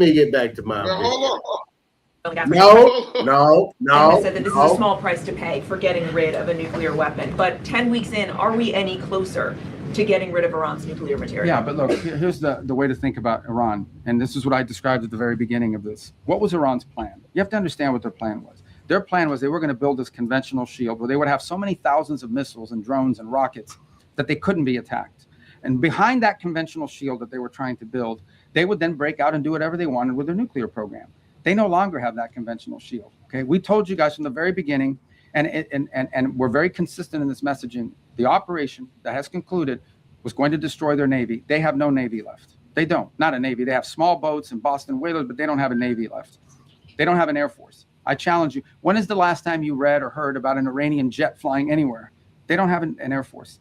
Their missile launching capability has been substantially degraded, and their industrial base, their defense industrial base, has been severely, severely damaged. So their ability to build a shield behind which they could hide their nuclear program was wiped out. That's a very substantial achievement, and that was the purpose of this operation from day one. Their nuclear material in order for this war to end. So well, he's not saying something there. I don't know about. I think you're linking it. The operation is over. Epic Fury, as the president notified Congress, we're done with that stage of it. Okay, we're now on to this project of freedom. As far as a negotiation is concerned, I think the president's been clear that part of the negotiation process has to be not just the enrichment, but what happens to this material that's buried deep somewhere that they still have access to if they ever wanted to dig it out. That has to be addressed, and that's being addressed in the negotiation. I'm not going to go further on what progress. All right, go ahead. What was you saying, J-Dub? What this is okay. He keeps saying the same rhetoric. They ain't got a Navy, they don't got an Air Force. So what's the problem? Why they can't handle this trade? Why they got the ships blockade? I mean the blockade. They can blockade the Hormuz Strait with no Navy and no Air Force. He's not telling. They're not telling. They're middlemen, like you saying. They're middlemen, and they're giving instructions on how much to do and where to do it and when to do it, because they can only report the good part that they've done in their eyes, but they can't handle the blockade. Who's doing the blockade? Is it China? Okay. Another country? Okay. He's saying though it's done. No, he's saying it's over. It's over. We wrap that up. Now he's saying, how is it over if it's blocked? What's over? The missile, the shield is over. Okay, but they still blocking the fucking Hormuz Strait. So what's over? Right. It's you know who they're blocking them with? They blocking them with their own people. So they can't bomb them. Because if they do, they're gonna be killing people. Yeah, that ain't never stopped the United States from doing shit. It sure don't. Well, obviously in this administration, they going about it a different way. Hey, face value, y'all. Don't get the conspiracy theory in on this thing. Take it for face value. Face value is there's another party. Hey, 5 minutes, man. Y'all got 5 minutes, and then we're gonna get back to the video. Knock it out. Let's I go. want to say this real quick. I know y'all talking. Go ahead. I want to say this real quick. Freedom is a compound word. It means free Edom. Free Edom, right? Oh, Edom wants everything for free. They take everything, right? You gonna do this right now? Bars tonight. And look, the only difference between today and 40 years ago is that the rest of the countries in these areas, they not with that shit no more. Now, when you get a chance, I have a video in the back. 170 to 140 countries that said, we not fucking with the U.S. no more. I got a video in the back. I know. I knew it. Yeah, I'll be right there. All right, but hold on. I know. Let Derek get up in there. Free Edom. Free Edom. Oh, shit, man. Come on. I know you never even looked at it. Like, not the time. It's right there in the word. It's right there in the word. Well, Aton, if they're the middleman, who's pulling the strings? I mean, I don't know about no middleman. Okay. Well, you said they're the middleman. I didn't say they were the middleman. Okay, look at it like, okay, let me give you another analogy. Let me give you a perfect analogy of this situation. You know exactly what a property management company is, right? Mm-hmm. Those are the people who rent out the apartments to you. You know what I'm saying? They might have like 37 properties that they manage. Mm-hmm. Some of them have 200 units. Some of them have 12. But within their company, they manage all these properties. Now, you as a tenant who leased out a piece of property from them, which is an apartment, so you have an agreement with them. Do you know the owner? No, you're right. No, you only know the middleman. Right.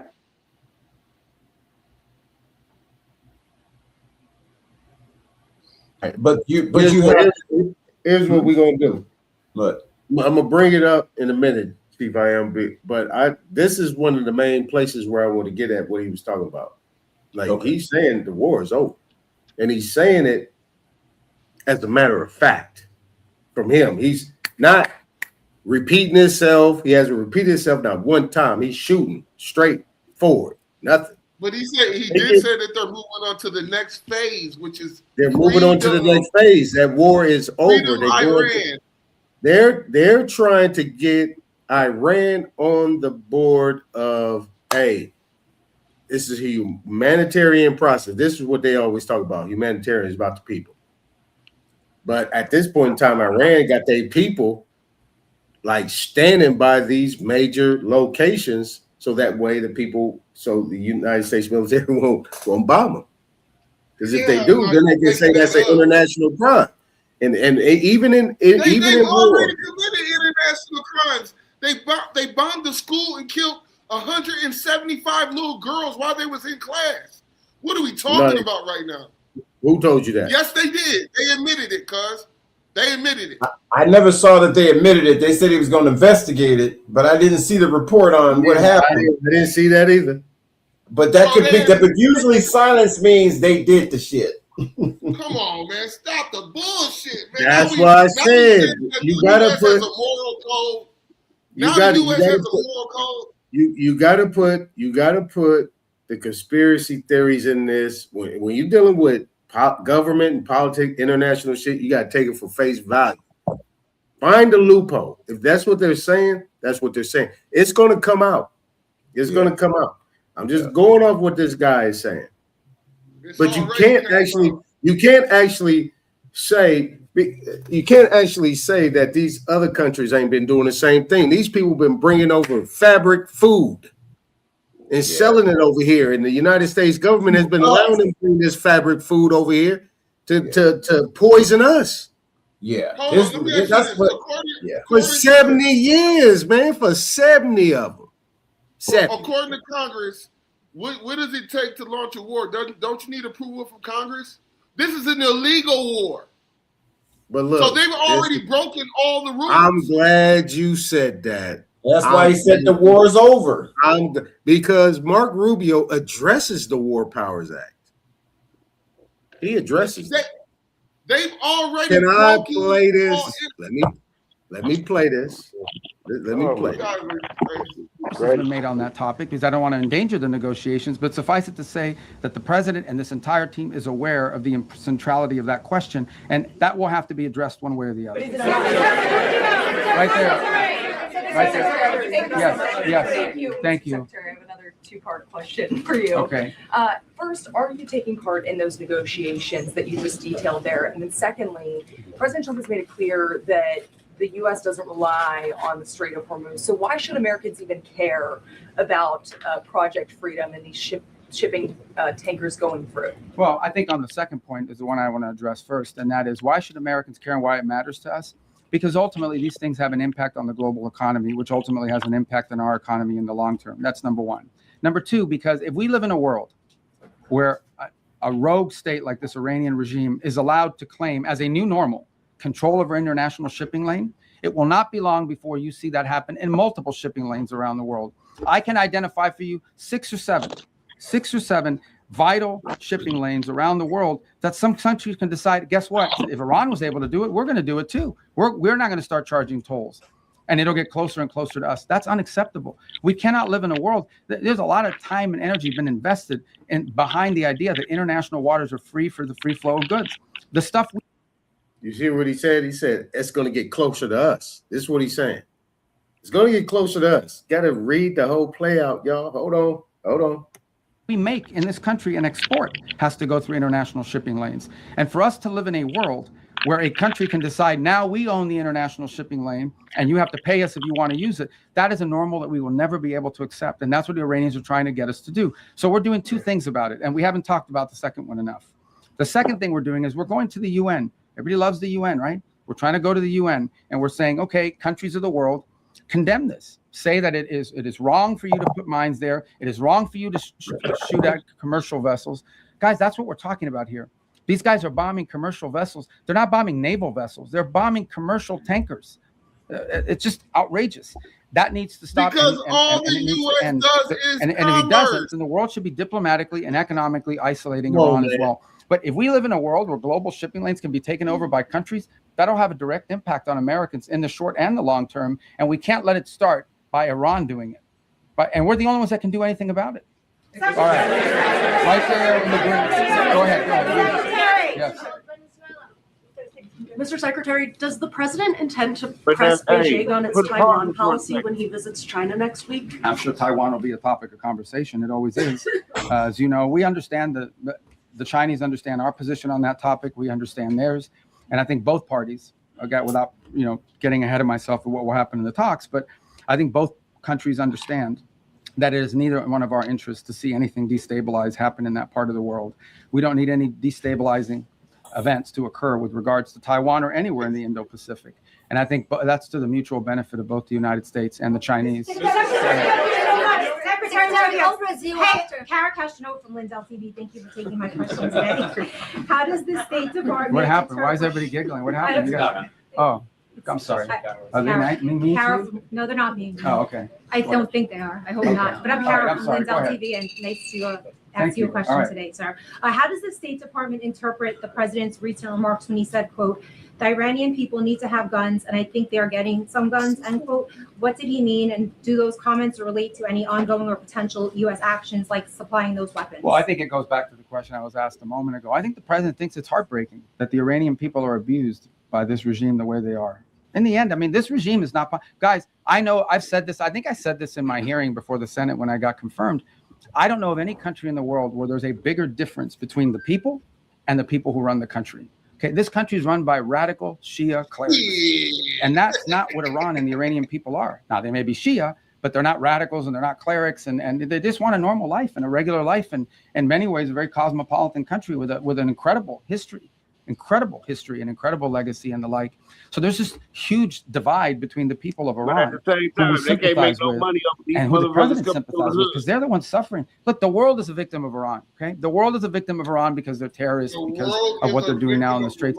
But the people of Iran are daily victims of the regime, and the president has deep sympathy for what they're going through.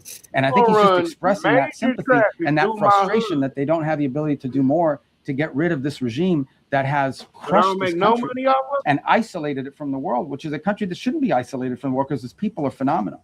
All right. I wish I had like a dice. Go ahead. Yeah. No, right there, because I'm going to Italy. Okay. He's Italian. I know him. He used to cover Capitol Hill. You're Italian, right? For many years. Okay. Daniel Papandreou, thank you, Mr. Secretary. So I have two short questions for you. Oh, damn, two questions. First, as you head to the Vatican and Italy, how do you view the Pope's global role amid current geopolitical shift? And what are your objectives in Italy? Is this trip tied to recent remarks by the president suggesting Italy has not been supported as expected? And the second one is about the Hezbollah in Lebanon. On a recent interview on Fox News, you raised some concern about stronger backing within the Lebanese armed forces.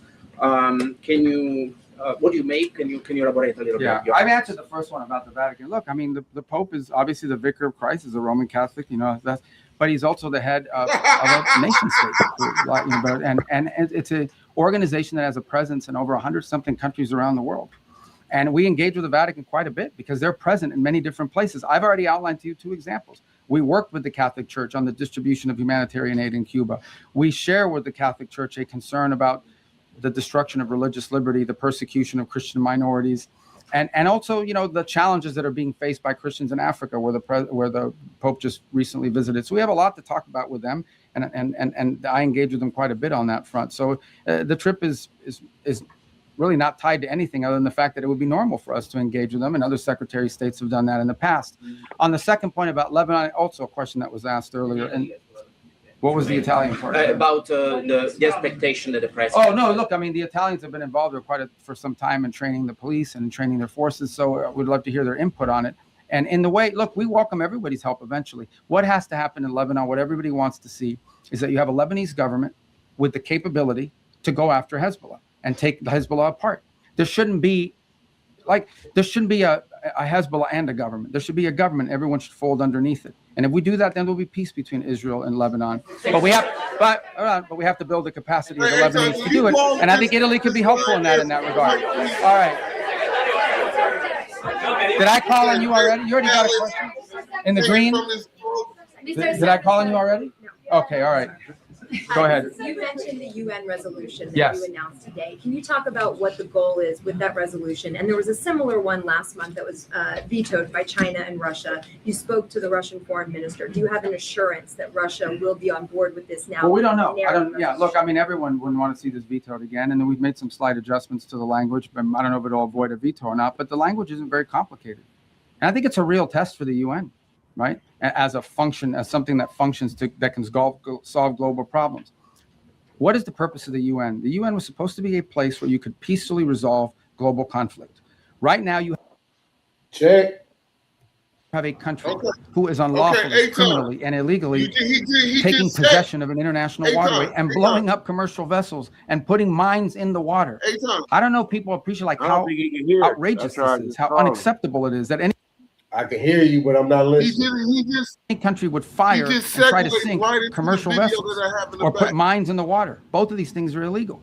And so we're going to take it to the UN, and we're going to give it another chance to be a forum in which we're not even asking people like commit troops to the region and help blow up the Iranian boat. All we're asking them to do is to condemn it, to call on Iran to stop blowing ships, to remove these mines, and to allow humanitarian relief to come through because there's humanitarian aid that's trapped. That's it. This is a very modest request. And if you're telling me that the international community and hundreds of countries cannot rally behind that, then I don't know what the utility of the UN system is if it can't even solve something as straightforward as that. And I think to both the Chinese and the Russians, I would argue and have argued that it is in their interest for that resolution to pass and for pressure to be brought on Iran, because it is in their interest not to see international waterways, including the Straits of Hormuz, be closed down and cause economic chaos to dozens and dozens of countries around the world. Okay. Go ahead, y'all. I'm trying to navigate, but y'all won't let me drive. Y'all telling me where to go. Well, I'm saying he just segued. We just said pull over for a what I minute. want to say during certain parts. Go ahead. What I'm saying is he just segued the video that I got in the back, which proves he's a liar. See, this is the problem with our people. We think what that part? these What people part? will tell the truth. What part? When he What just part? said that he was talking about the United Nations and all of these countries, and that he wants to give them the diplomatic ability to condemn and move in on Iran. These countries all these countries are fucking with Iran. He's lying.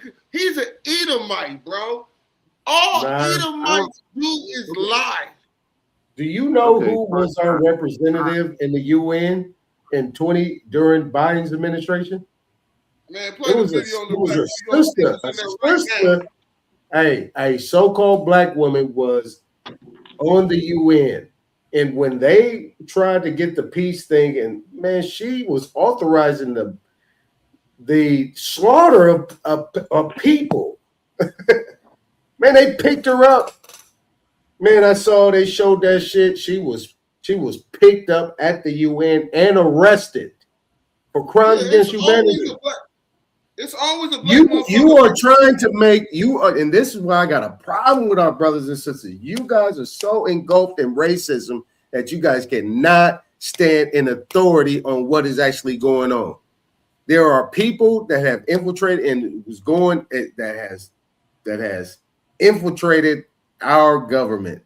And at this point in time, if you see what's going on right now, it's nothing but black people. How can two walk hand in hand if they do not? All of these white people, we don't know what they're doing right now because black people are standing out front with this shit. This black girl, and she was an older lady too. I remember I was watching the whole UN meeting thing, and everybody had rule to protect on some type of humanitarian basis. She opposed it.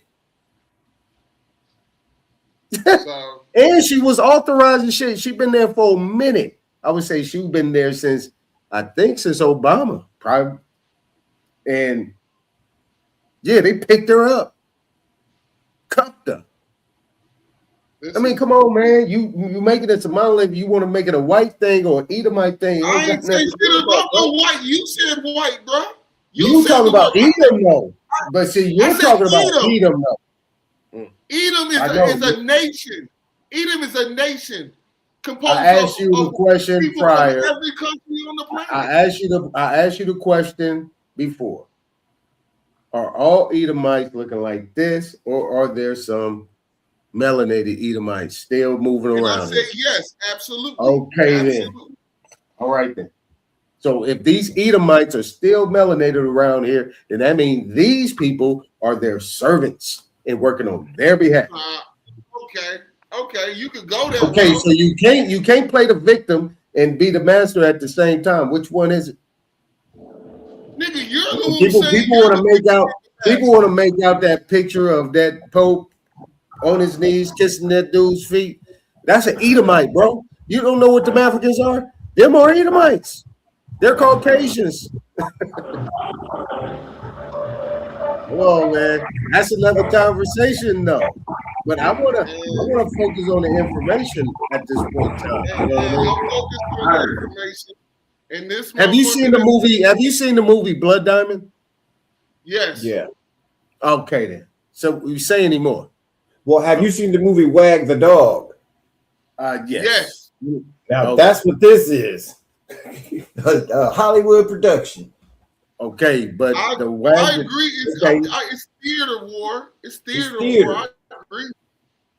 I agree with that. But what I'm saying is, it doesn't affect us nonetheless. How much is gas in your town right now? Your city? $7. It affects us. $7, and you got a nigga that's coming on here saying that the United States is producing more oil than they ever have. in the Not history for of cars. us. Not for us. So why is your gas $7? Because because we're getting our shit from that Hormuz Strait in California. I don't understand that. How Yeah, you're producing oil. Why are you getting it from the Strait Did of Hormuz? you hear that, Chief I.M.? Yes, California has been doing business with the Hormuz. They've been doing business with Iran. You see, they've been doing business with China. They've been doing business with all these different countries. Come on, man. So, and they trained us to do that. Oh man. Y'all saying on one hand, the United States is producing more oil than it ever has in the history of the country, right? And then on the other hand, the gas prices are rising across the country, not just California. Gas prices in St. Paul, Minneapolis, is $4.50 right now. All right, look, listen. I just came from Missouri. Hold on, listen here.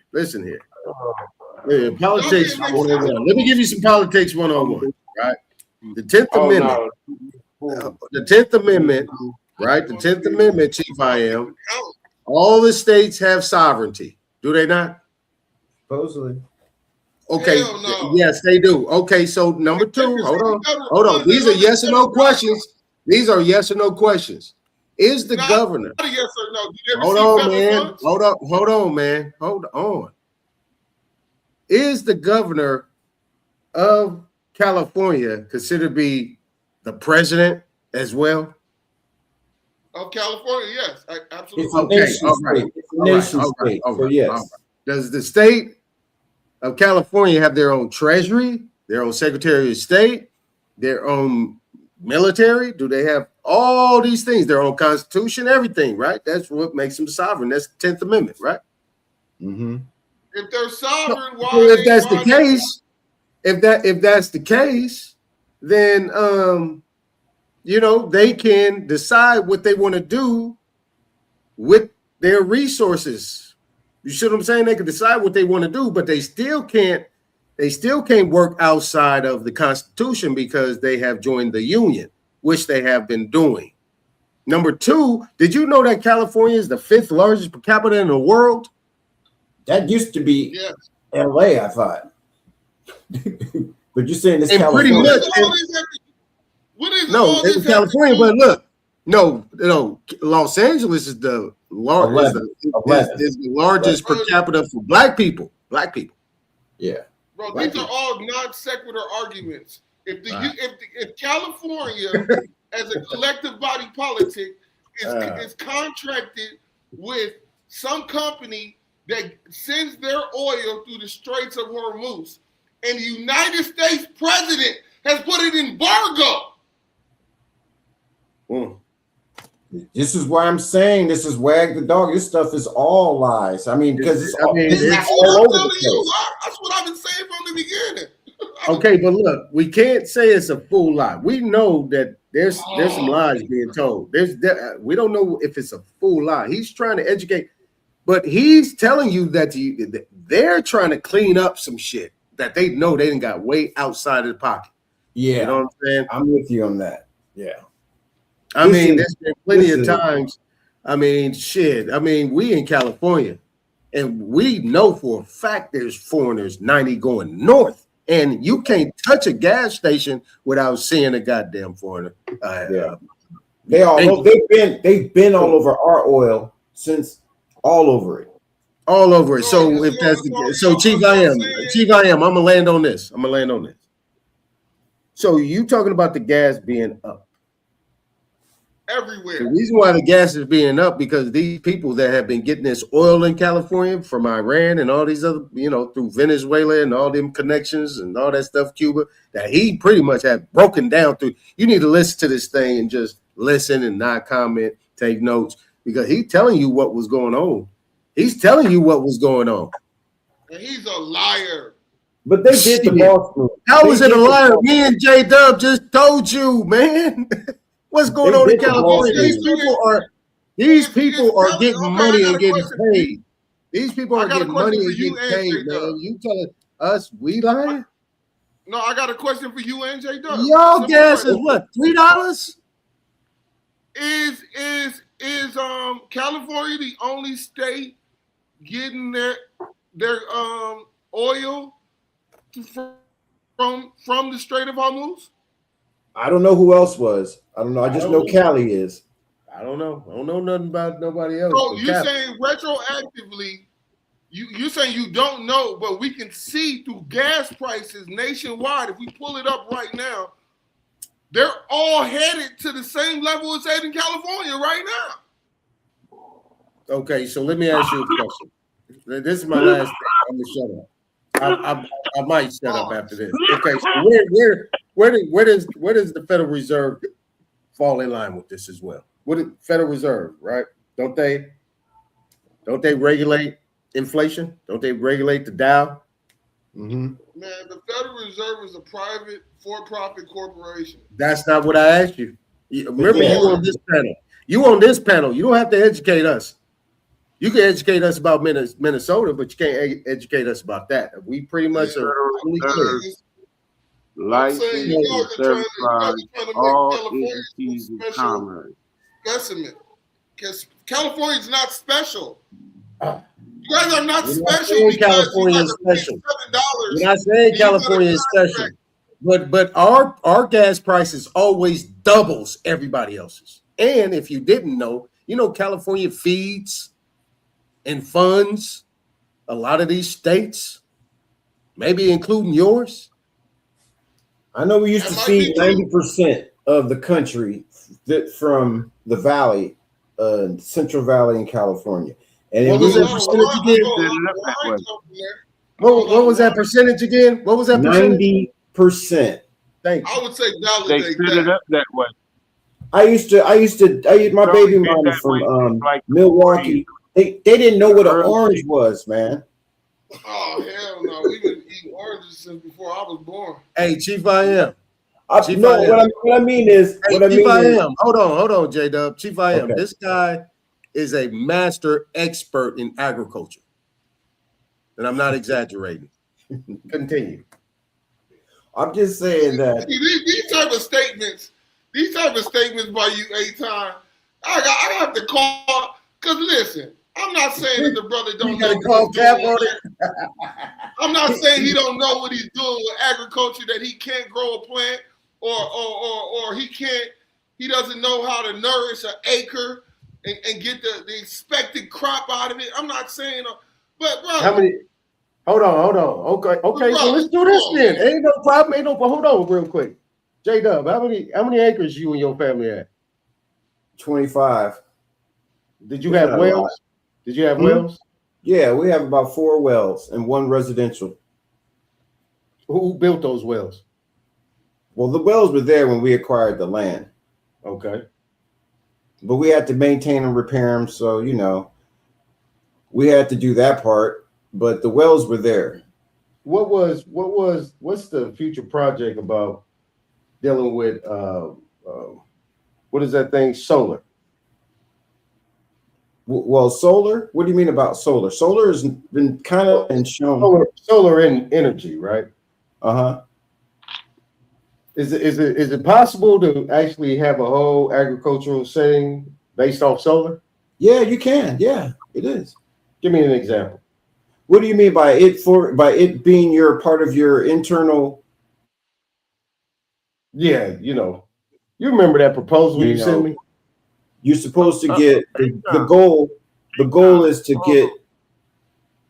Okay, I was leading up to that. Let me change that question real quick, Derek. Derek, hold on, real quick.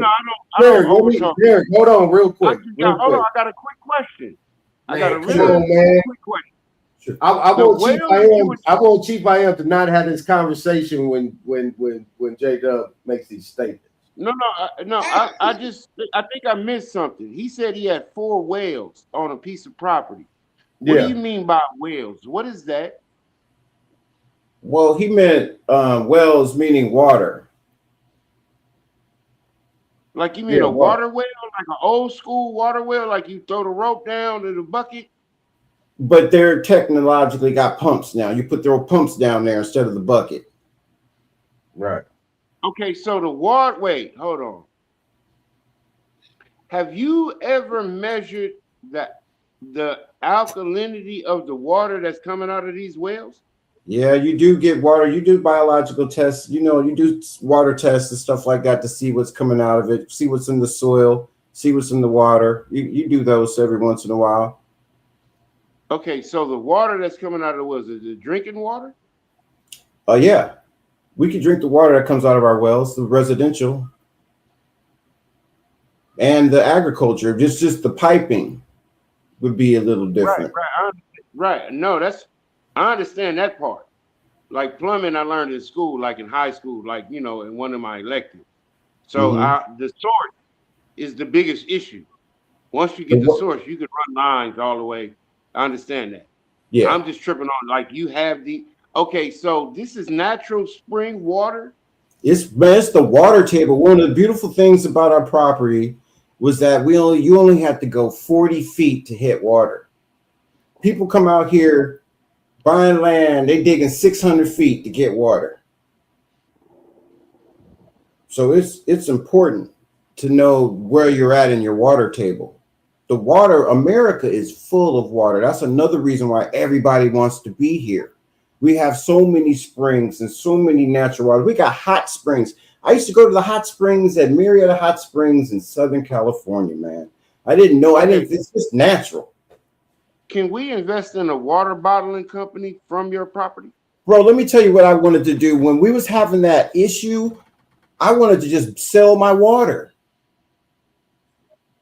Because it's just coming out the ground. I could just bottle it and sell it. What state you in? California. Shit, Minnesota got some. Middle, south, where? North? Greatest amount of springs on the planet. Central California. Central California. Okay. To be Let honest, me ask him a question that I asked him before. before. Idea ever. Let me ask him a question that I asked him before, right? Mm-hmm. And that was a simple one. This is when I first met him. I said, let me ask him a question. I said, how do you get rid of spider mites? What'd you say? Oh, you mean like aphids? Yeah, ladybugs, right? Ladybugs. You remember what you said about the refrigerator and all that shit? Yeah, I said I felt like a general. I had like 50, 60,000 ladybugs. And you put them in the refrigerator, right? In the refrigerator. They go to sleep. They go into hibernation, bro.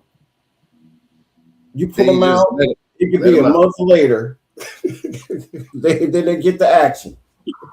Right. Hey man, you know what?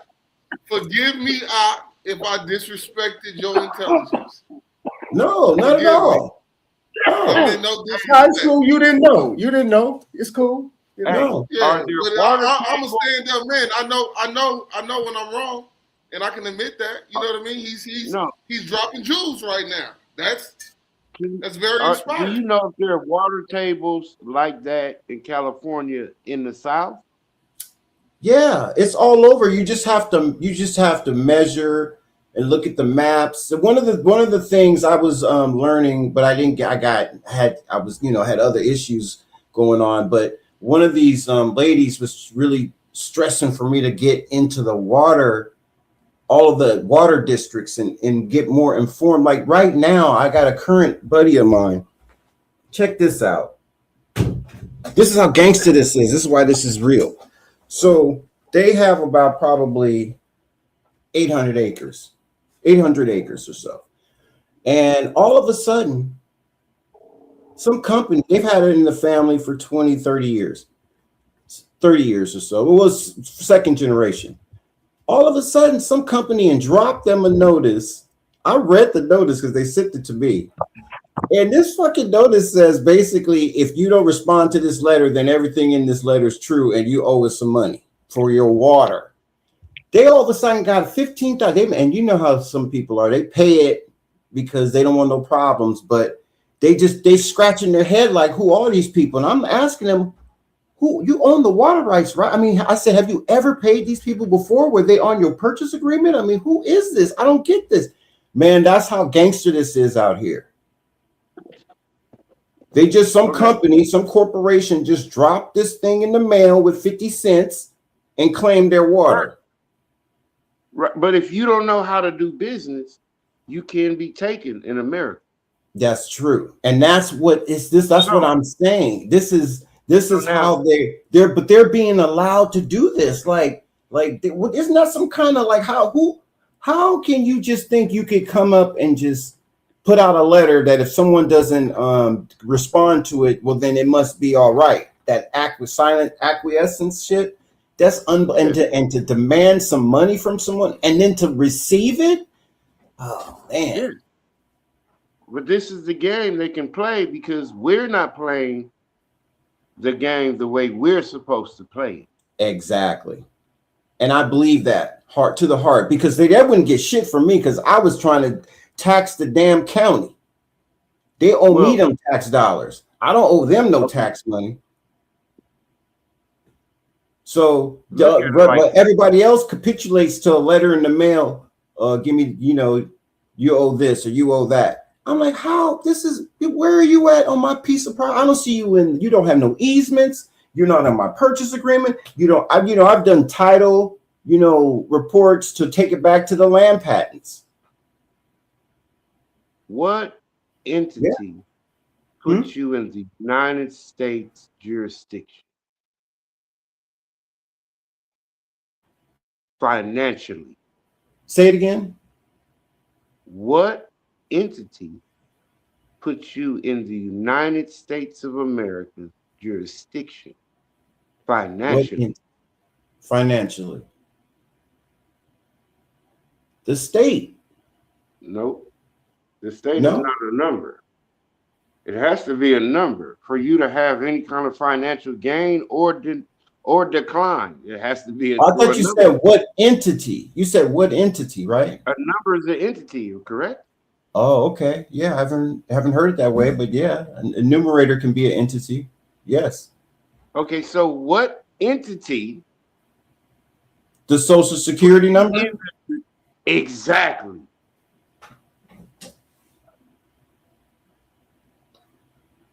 But that's connected to the county and the state and the birth and all that stuff. Because it puts you in the United States of America's jurisdiction financially. So you would have to ask yourself a question. From what account does this account draw from? When this account was created when I was less than 30 days old. Where is that account drawing from when I was less than 38? It's the projected value of your future earnings and what have you. Your labor, your projected labor. Right, exactly. So now, according to them, they are making a 25-year investment in your future. Okay, so now what they are not telling you still is where is the account that this financial entity draws from? There has to be a wealth entity that is partnered directly with your authority as the property manager of the United States of America. That's the only way you can operate as a corporation. Okay.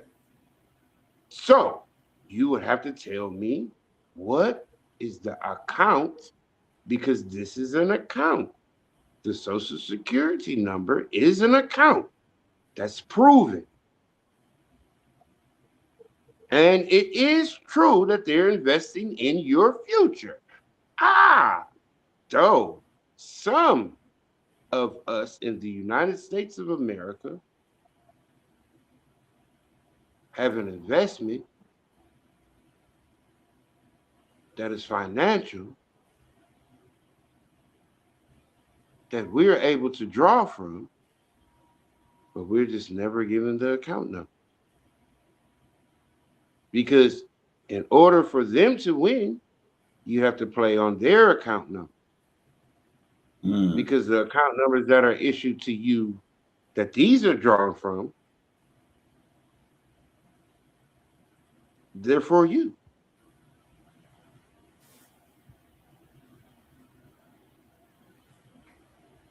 Okay.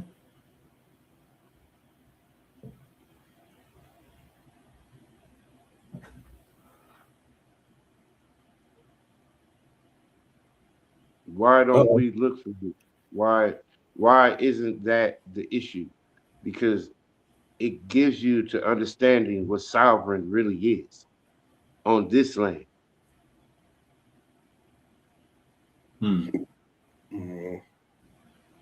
Sovereign here means that, nigga, the United States of them, y'all niggas can't fuck with me.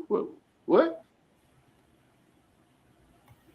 Or prove who you are. Here's my badge in gold with my ID, with my nation, my state. Didn't you just say nation states?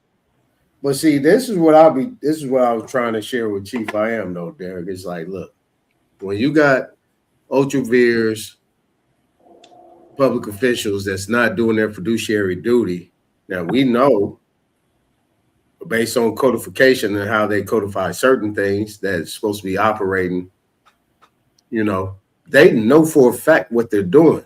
That's what I'm saying. They know this stuff, but they consistently do not want to do anything to correct that shit, man. Everything is free. And it's definitely free for us. You know what I'm saying? But they want to keep doing that. But, you know, I hear you. Okay, now, what all comes with this free is the problem. See, Look, if it was just access to more money, that wouldn't be a problem. I mean, but under the circumstances, money, where we say money ain't a thing, right?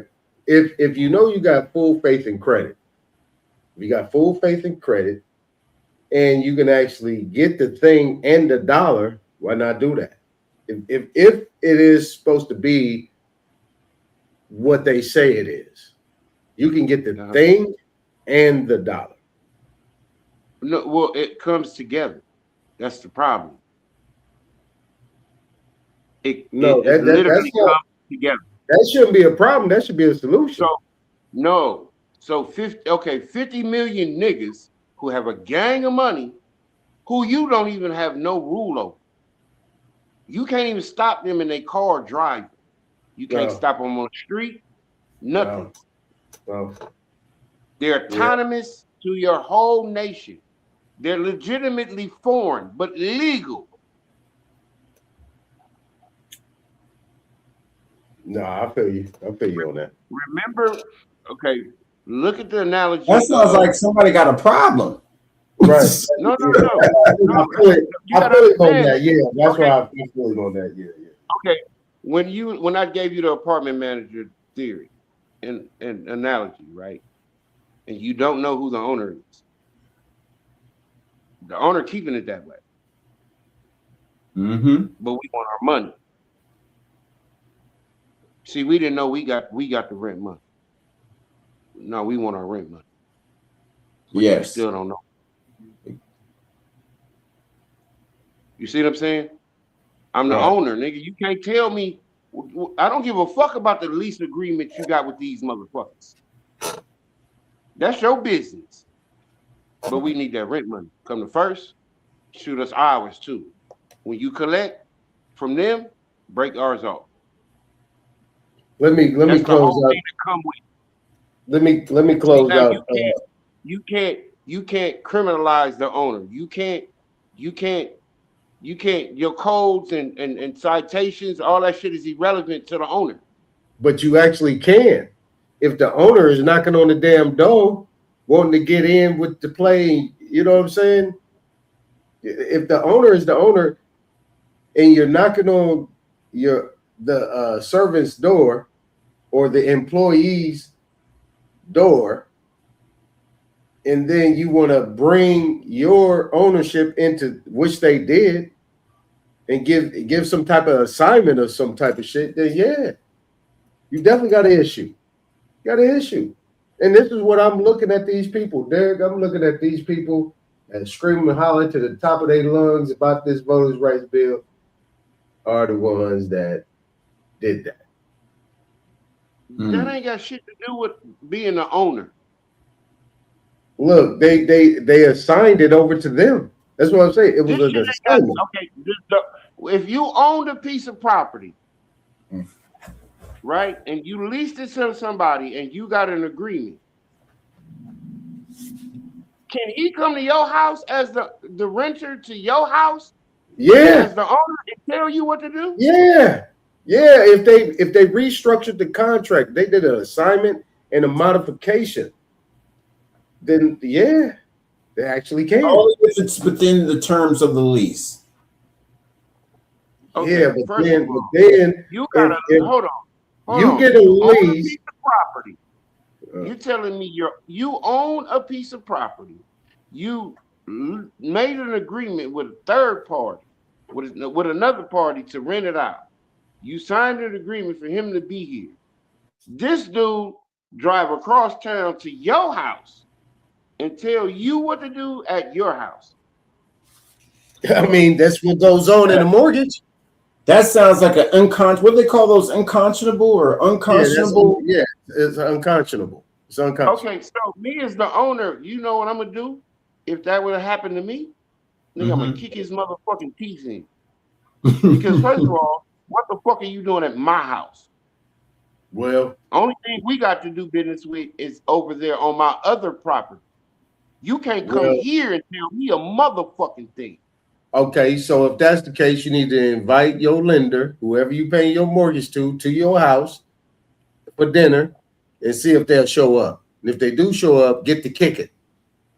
Because that's what they're doing, my brother. That's what they're doing. No, they're not doing that. They're really not. What they're doing is hiding your account so you can't operate freely. Like you're supposed to. Let me play the rest of this. All right, and then after you play, can you kindly bring up the debt clock for today? Let me play this. Back row, yellow tie. Back Secretary, with CBN News, you've had a deep faith for God and country. At the end of the day, with all that you've been involved in, keep going. You've been extremely busy. Go ahead. I'm sorry. As we all know, I got to ask you, what is your hope for America at a time such as this? My hope for America? And how do you personally deal with that? Yeah, look, I mean, my hope for America is what it's always been. I think it's the hope I hope we all share. We want it to continue to be the place where anyone from anywhere can achieve anything, where you're not limited by the circumstances of your birth, by the color of your skin, by your ethnicity, but frankly, it's a place where you are able to overcome challenges and achieve your full potential. I think that should be the goal of every country in the world, frankly. But I think in the U.S., we're not perfect. Our history is not one of perfection, but it's still better than anybody else's history. And ours is a story of perpetual improvement. Each generation has left the next generation of Americans freer, more prosperous, safer, and that is our goal as well. But it is a unique and exceptional country. And as we come upon this 250-year anniversary, I think we have a lot to learn and be proud of in our history. It is one of perpetual and continuous improvement where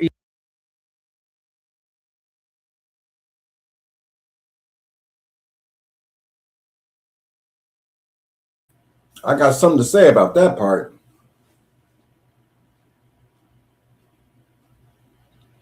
What's crazy is I don't believe or take any of this shit to heart. Listen, I really don't. Bad, I was on mute. Now that was a damn lie. Thank you. Now, on the circumstance, see, Chief I am, he a little bit impatient. He young, he full of fire, he angry. See, but he ain't channeled it yet. You know, he gotta channel that chi and be able to sit amongst older people and be able to get some food. Now, I mean, under the circumstances, right? What he's saying, the one thing he said that is true is that they still figuring it out. Because he said it twice. Yeah, improvements and this, that. Yeah, they still trying to figure it out. Because they haven't been able to perfect it. They keep going into bankruptcy. They keep fucking off the cha-cha.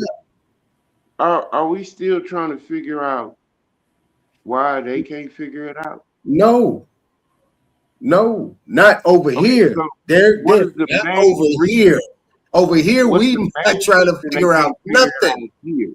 I'm coming from a different angle. I'm gonna show you that they ain't never been able to figure it out. And I'm over it. I ain't never cared about these people, man. Never, ever, ever, unless they step right in front of my face and came at me, then I address them. Outside of that, man, I had no business with these people, man, at all. But okay. Hey, look, my partner asked me a question the other day. He said, man, when you was out there in LA, you never really messed with any of them other people. I said, no. He couldn't believe it. No, I mess with my people.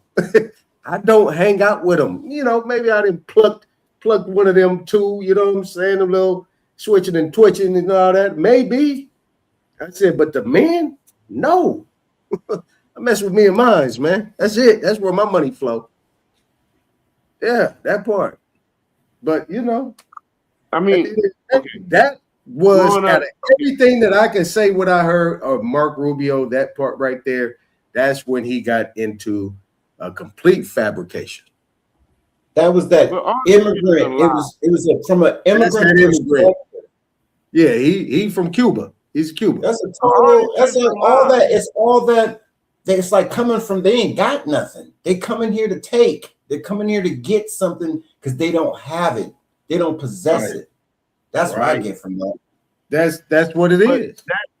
But that's what it is. But okay, 25 years ago, when we was all 20s in the early 90s, they was pushing the same thing, but we all believed we was from Africa. Yeah, that was the Pan-African movement. 25 years later. Hard with that. Yeah. Now 2026, that's a whole different ball game. That's cap, as the youngsters say. Hey, look, around the world, that's cap. Exactly. Why is this cap? Because see, you know what I've tripped on? Like I got different views on shit. Like I trip on the fact that I have been saying that they was American Indians since I've been fucking with this shit since 2018, 19, right? And I'm thinking, okay, when is the U.S. government going to say that? Now that's some bullshit. Right. Hold on now. Did you ever say where the account was? Was it the U.S. Treasury or what was it? It couldn't be the U.S. Treasury, so. No. You have to understand. You know what I'm gonna where do? else would it be? You know what I'm gonna do? I'm gonna do this for none of your business, right? Let him finish that answer. I'm gonna do a full. I think I'm gonna address her questions because she really thinks that the United States. I'm gonna show you none of your business. I'm gonna answer all your questions. I'm gonna show you what the Treasury is, what the whole semantics is, and what people going on. Now, people get interested in this color right here, this face. This face right here is the only thing none of your business has a problem with. Trust and believe. Him talking, it's a problem for none of your business. Oh, okay. Yeah. Why? Yeah. Go ahead, Derek. Go ahead, Derek. Continue. Who, Derek? No, I don't have a problem with Derek. Nonetheless has a problem. Not Derek. That face on the camera right there, that face on the screen, that dude Marco Rubio. That's who you got a problem with. Yeah. All right, y'all go ahead and dialogue, and then all right, run that. And I want to end off this Marco Rubio thing because I'm trying to get to the point. Hopefully, I didn't miss it. He was talking about the War Powers Act. I want to get to that real quick. But yeah, y'all go ahead. Y'all got it. And then after that, we can wrap it up. No, you were asking me about the account number. What you mean? No, what, you said which account? Yeah, which account is the one where our money is actually being sequestered? Well, to my understanding, and then you go by a timeline of how this process worked, it would have to be the Treasury. The U.S. Treasury? Okay. Yeah. Because the U.S. Treasury is a governmental entity, but it's also a private entity.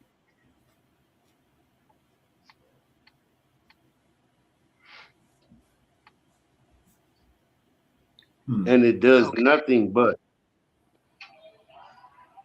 make money. All right, let me finish this up. Each generation has done its part to bring us closer to fulfilling the vision that the founders of this country had upon its founding. So, all right, I have time for 2 more questions.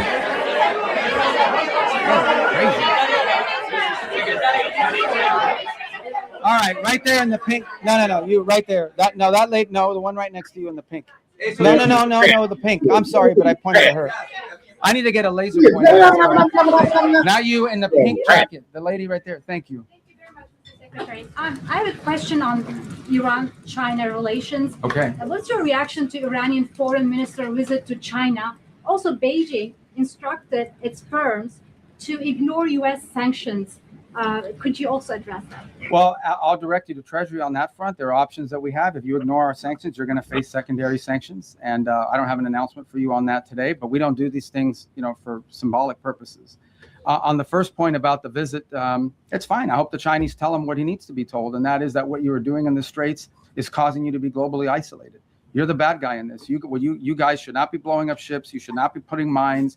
You should not be trying to hold hostage the global economy. I hope the Chinese bring, whether it's done privately, but I hope it's done directly, that's the message they deliver to them. As I outlined earlier today, China is an export-driven economy. Okay, I'm not here to speak on behalf of what's in the best interest of China, but it's obvious. China is an export-driven economy. That means they depend on other countries to buy from them. Well, you can't buy from them if you can't ship it there, and you can't buy from them if your economy is being destroyed by what Iran is doing. So it isn't a check. Export driven. That's all they got. What they send out to the people, what they send out outside their shores, they don't even use. Iran, it is in China's interest that Iran stop closing the straits. It's harming China as well. The gentleman in the red tie, right there. Yes, I'm sorry, what's your name? Liz Landers with PBS News Hours. Okay. Another question about the China-Iran relationship. You said at the beginning of your comments at the top that every single financial situation will be targeted. Does that include Chinese banks? Would the president sanction? We're going to enforce our sanctions.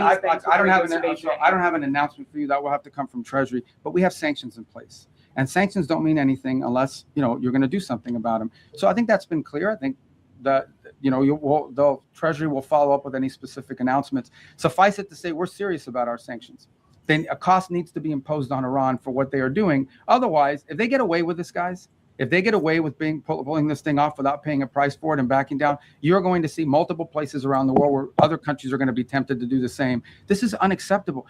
Again, I want to reiterate the point. We keep arguing back and forth about the war and the shooting and this and that and the other. These guys are shut down an international waterway. The Straits of Hormuz do not belong to Iran. They don't have a right to shut it down and blow up ships and lay mines. And that's what they've done. That needs to be addressed. Otherwise, and it cannot be normalized. Under no circumstances can we live in a world where we accept, okay, this is normal. You have to coordinate with Iran. You have to pay them a toll in order to go through the Straits of Hormuz. Not only is that unacceptable in the Straits, You're creating a precedent that could be repeated in multiple other places around the world. The whole world should join us in this condemnation, and the whole world should join us in doing something about it, by the way. It shouldn't just be us. We're hoping to get countries. We're going to give them a chance to do something about it at the United Nations. All right, my last question.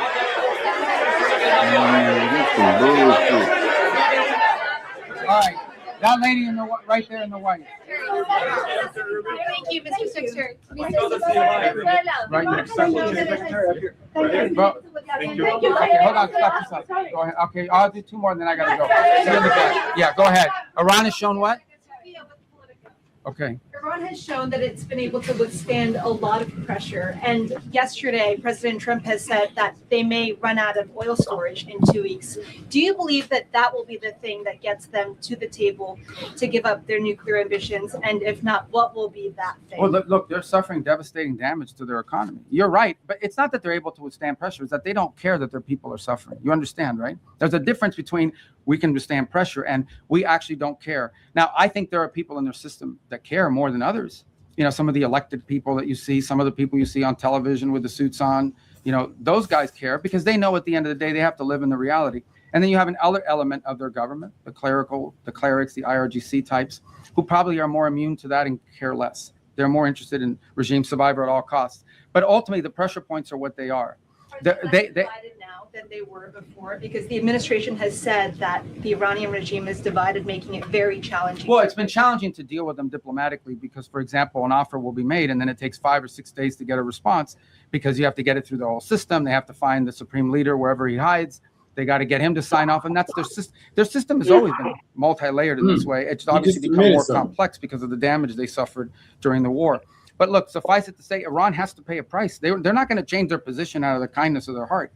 There has to be a pressure point on them that causes them to realize they cannot continue to close the straits, or they face crushing economic consequences, but also, you know, global diplomatic isolation, which they have proven in the past to be susceptible to. But you're right, they have a high pain threshold, but they don't have an unlimited pain threshold. Nobody does. All right, this has to be the last question. Many people want to know, what is your DJ name? My DJ name? Your DJ name. You're not ready for my DJ name. On the war. If the fighting were to resume, because you've said that Operation Epic Fury is over, the president also said that the U.S. would bomb them off the face of the earth if they tried to go after U.S. ships. So if the fighting resumes, are you saying that it would resume under Project Freedom? And I ask, as it relates to the War Powers Act. Yeah, look, the Operation Epic Fury is concluded. Here we go. Here we go. We achieved the objectives of that operation. I'm not going to, we're not cheering for an additional situation to occur. We would prefer the path of peace. What the president would prefer is a deal. He would prefer to sit down, work out a memorandum of understanding for future negotiations that touches on all the key topics that have to be addressed, a full opening of the Strait so the world can get back to normal. He preferred that be negotiated through the route that Steve and Jared have been working and that all of us have been supporting. That's the route he prefers. That is so far not the route that Iran has chosen.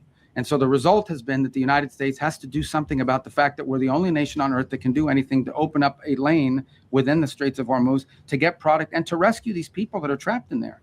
And that's what we're undergoing now. What that may lead to in the future is speculative. I'm not going to speculate about what it would take or what it would do. But look, the message to Iran, these guys are facing, they are facing real catastrophic destruction to their economy, generational destruction to their economy, generational destruction to the wealth of their country, imposed on themselves by the actions that they're taking. They should check themselves before they wreck themselves in the direction that they're going. The White House believe that these. What did he just say? Man, y'all need to wait and let him finish. Wait and let him finish. Why do y'all? He's up here rapping. I know he's not. He ain't rambling to me. I said he's rapping. He's a rapper now. Check yourself before you wreck yourself. Yeah. Since when? So why is he talking like that? He's our age.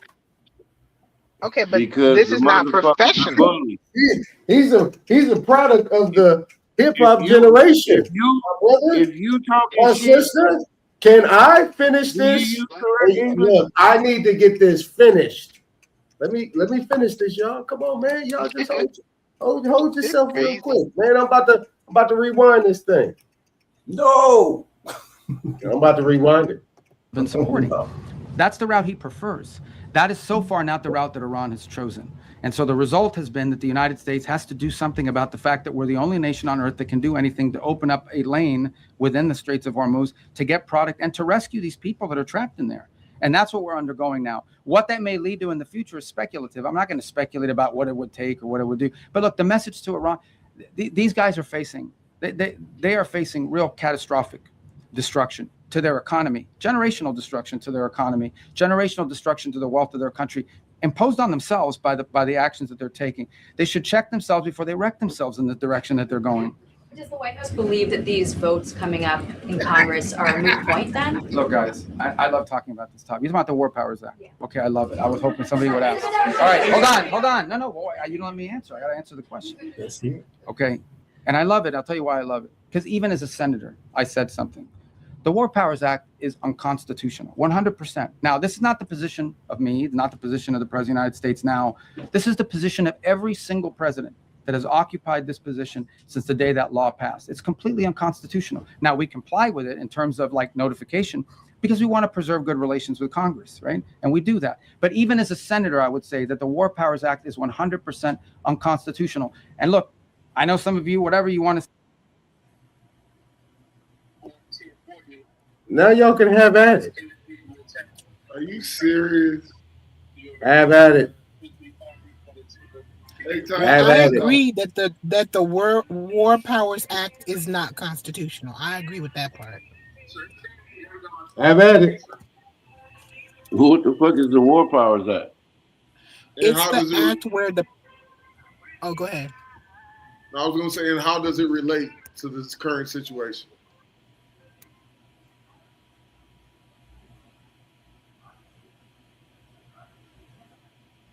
Tell me what the War Powers Act is. None to business. You got it. Oh, it's the act where the president can pretty much bypass Congress and go into, take warlike actions or start a war. Oh, okay. So what he did was unconstitutional. Okay, perfect. Awesome. I'll be right out. Okay, first of all, let's keep this. I can't 100. get this to go.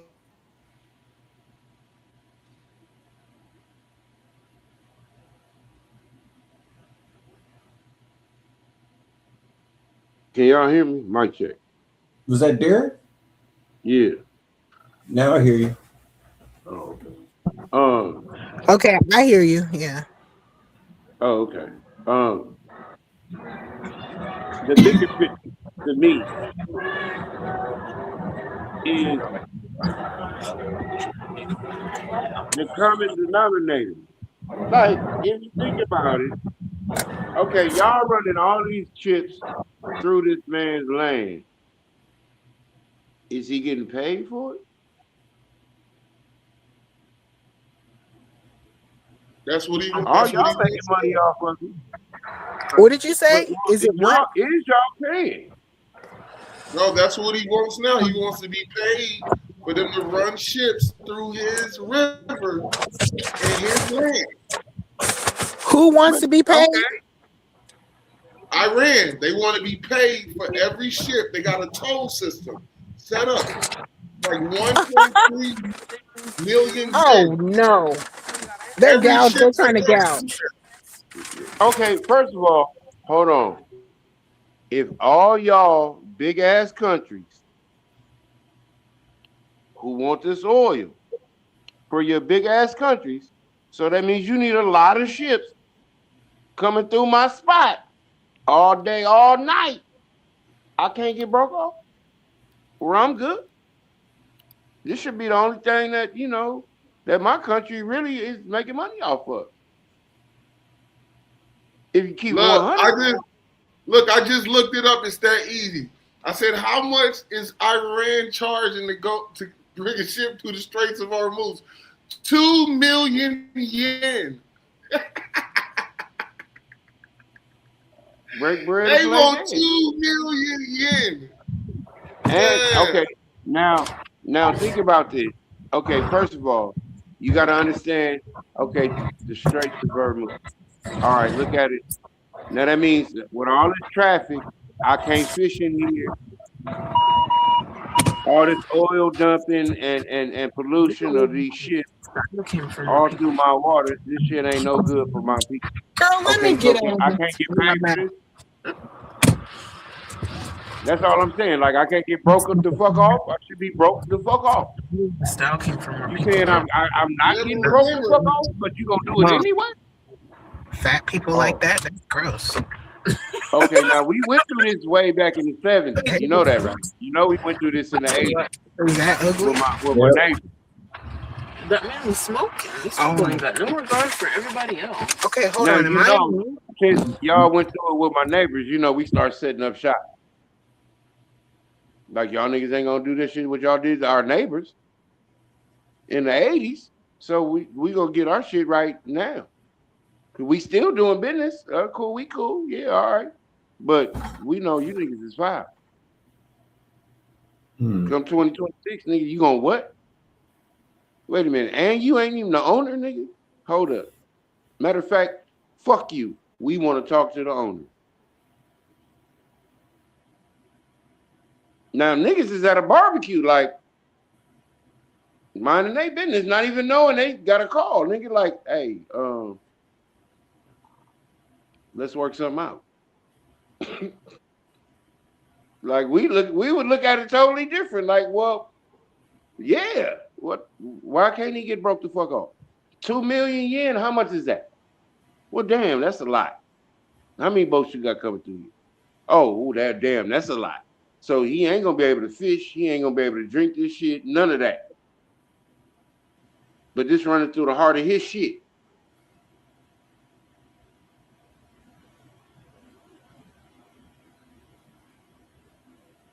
So, well, 2 million do sound kind of reasonable, nigga, if he can't do nothing else with the water. Oh, y'all making money. Oh, y'all got other shit coming through. Oh, he tell me. I thought it was just oil. Oh, no, it's other shit coming through here, too. Oh, you shipping all. Oh, you making all kind of money. So my boy can't get nothing? Damn, he get pennies while y'all. Nah, that ain't right. You see how politics look different? Matter of fact, we cool. We got our own shit. So we gonna just, we pump our own shit out of our ground. And then y'all motherfuckers handle it the way you have to.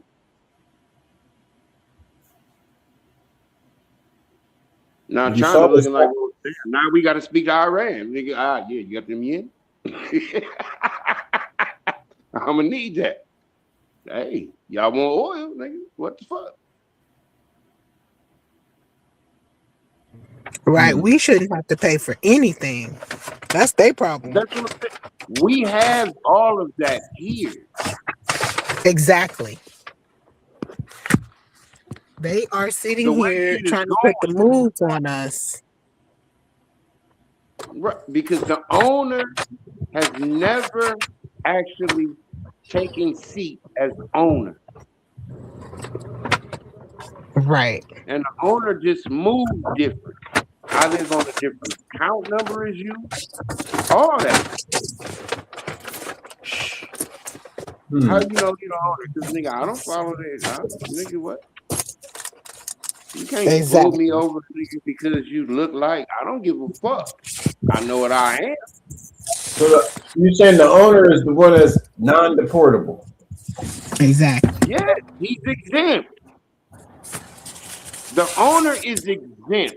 If you want to put it in a word, you can't move them.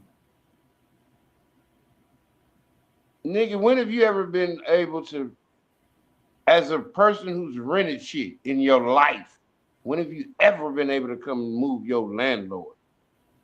Can't move them. Oh, did you get root word? He's in the back.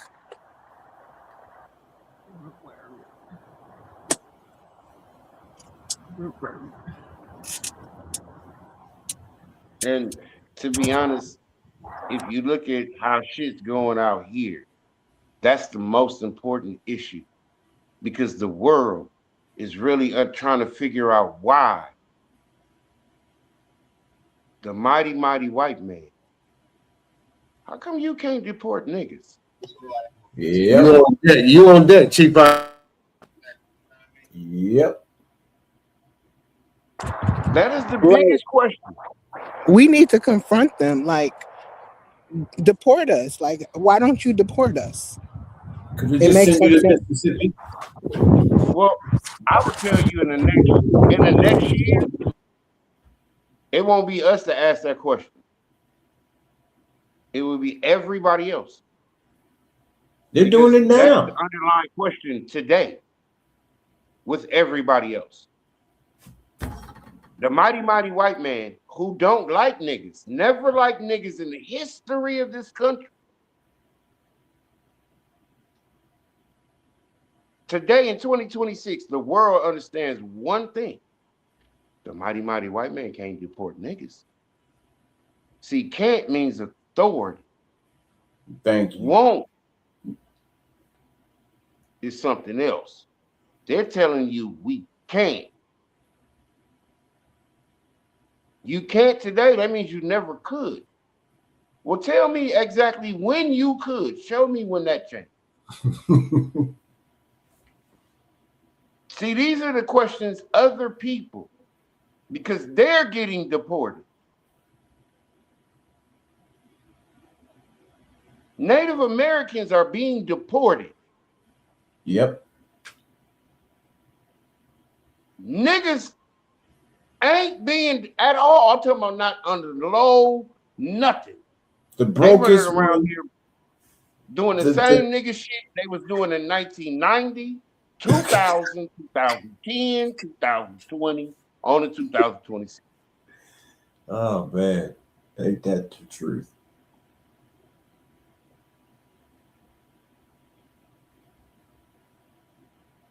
The underlying hatred of America right now throughout every motherfucking race is niggas. Why? Because they're the only ones exempt in the birthright citizenship argument. Them motherfuckers looking around like, nigga, what y'all talking about? Birthright citizenship. Oh, they ain't got nothing to do with us. Their only courts here are immigration courts, and they have nothing to do with us.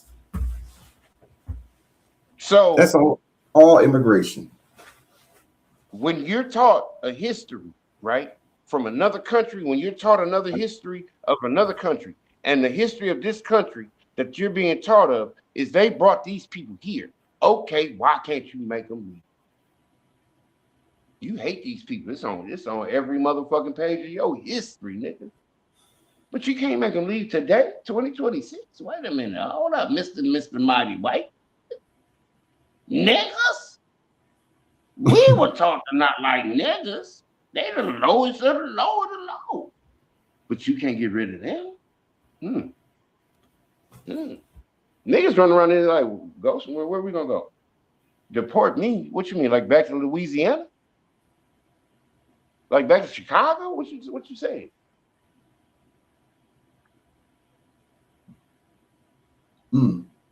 Like you ain't never heard of an illegal nigga.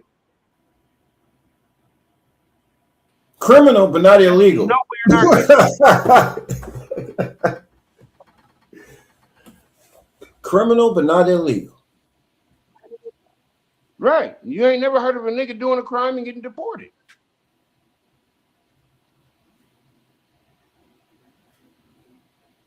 That don't happen to niggas. I've seen motherfuckers who look like niggas commit crimes and get deported, nigga. But his gang name was Mustafa. So that let you know what happened. Hey, so you know it's crazy. You brought the landlord can't be evicted, right? So what people are unaware of is that Iran accepted a $400 billion deal from China in 2021. You gonna have to. So effectively, the first in line, first in time is China. They have the superior claim, so they're the one that's moving Iran to do what they're doing, which is why the U.S. is trying to counter it by moving on the Straits of Malacca. Man, you gonna Straits have of to, my Malacca nigga. control. I don't give a fuck what you They do. control. You come through this way. You come through this way. It's 2 million yen. What you want to do? 2 million yen. Come on, B. And see, look, that's what I was saying earlier, okay, man. Okay, hold on. Do you? Okay, so now when you go hit your plug up, he tell you the price went up, nigga. How much? $1,500. So now it went from 23 to 24.50, 24.5. Okay, cool. You either pay the shit or you not. Nigga, what you gonna do? Say, I'm gonna take it now? Nigga, nah, I'm gonna take it now, nigga. I'm gonna make you pay me 22. Huh? Really? Yeah, but you're talking about the most prideful people that ever walked the planet. Do you understand how they have to get Chinese yuan? They have to go to China and exchange the dollars at their exchange rate. That you formerly was running the world. And now to get your oil to come through this strait, you gotta come and kiss the feet of the motherfucker that you let. Play dead. Y'all been running on the coattail of this fake motherfucker for the longest. He fake. We know he's fake. We're not fucking with him. We fighting back. He come through here with this bullshit, nigga. We gonna hit him with these motherfucking surface-to-air missiles. Y'all in the motherfucking y'all gotta hit the corner, nigga. You gotta hit the corner. You think you can hit this corner without us hitting you? All right, play with me. And the crazy shit about it is who's back in China? Russia. Russia's back in China. Okay, you understand that China and Russia figured this shit out, what I'm talking about in this whole Indian movement back in 2020.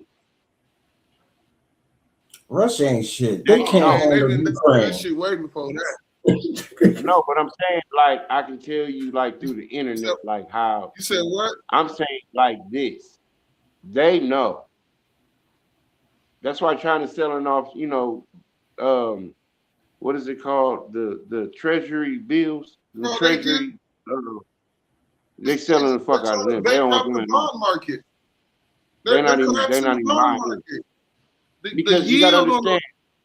Okay, if you the plug, right? Okay, do the plug talk to the middleman, or do a plug talk to another plug? He sets the deal. He sets the tone. He talks to another plug. Right. So now all the plugs around the world has realized, nigga, thinking they talking to the biggest plug, but nigga, he a middleman. So does that mean until the plug from America? We don't need you no more. We don't need you no more. We looking to talk to the plug. Fuck you, homie. Yeah, we want to talk to the real plug. You've been running around this motherfucker talking this big shit, Big Willie and all that. But nigga, you the middleman? Yeah. So guess what? We gonna send our little plug, nigga. Where the plug at, nigga? Where your hold on. That's what we gonna do though. To show the rest of the plugs that you ain't nothing but a middleman, we gonna send one of our little homies at you. And our little homie is gonna tax your ass. Put that pressure on you. Right? The whole time you know I'm behind it. You know I'm behind it. You can't do nothing about it. Because you can't even deal with my little homie. That's what we looking at. Iran is the little homie. Yeah, that's what I was saying. You can't bully no more. You can't bully a motherfucker no more when you ain't the man. You can't make a motherfucker bow down and all that. You can't just talk anyway. When a nigga know you ain't the dude with the resources. You just a dude with the credit.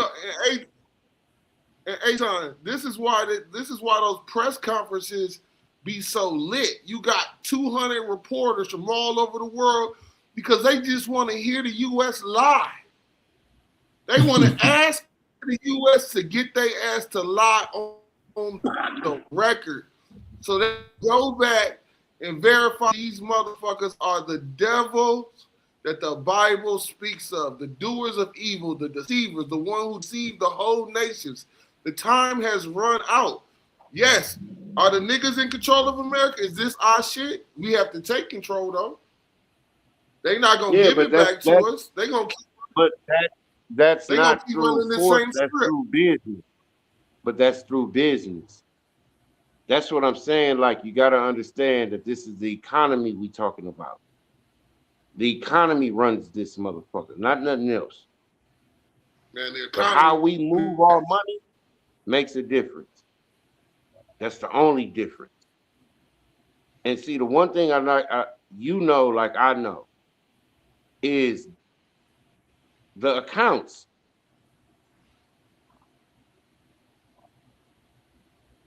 Chief, think about the principles in which you get your individual banker account, your estate and trust account, and your foreign grant and trust account. Think about the principles behind that.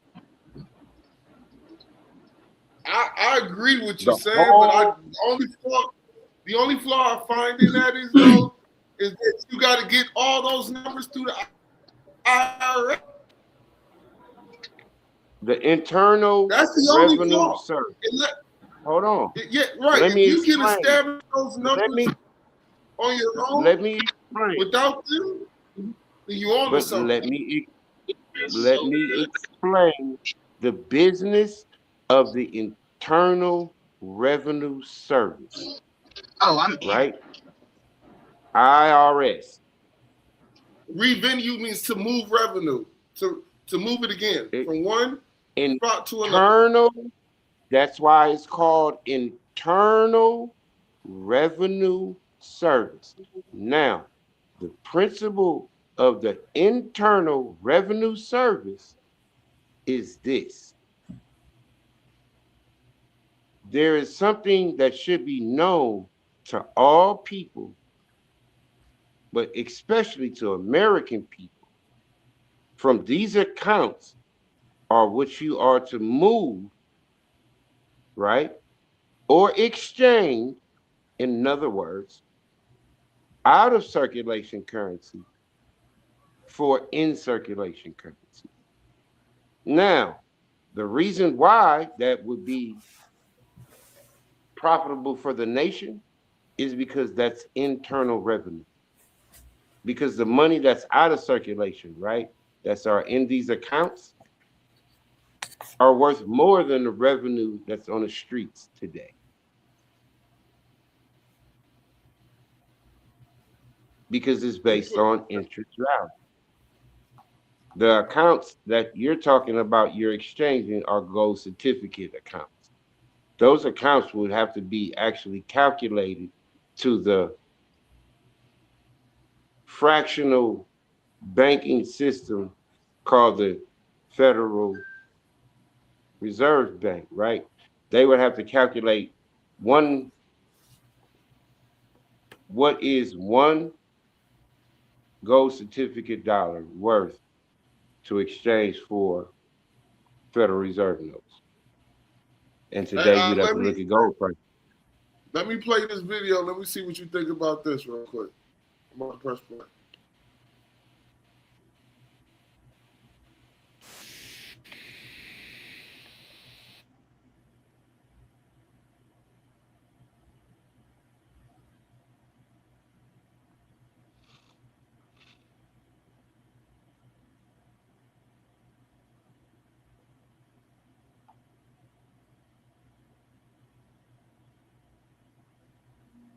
No sound, Chief.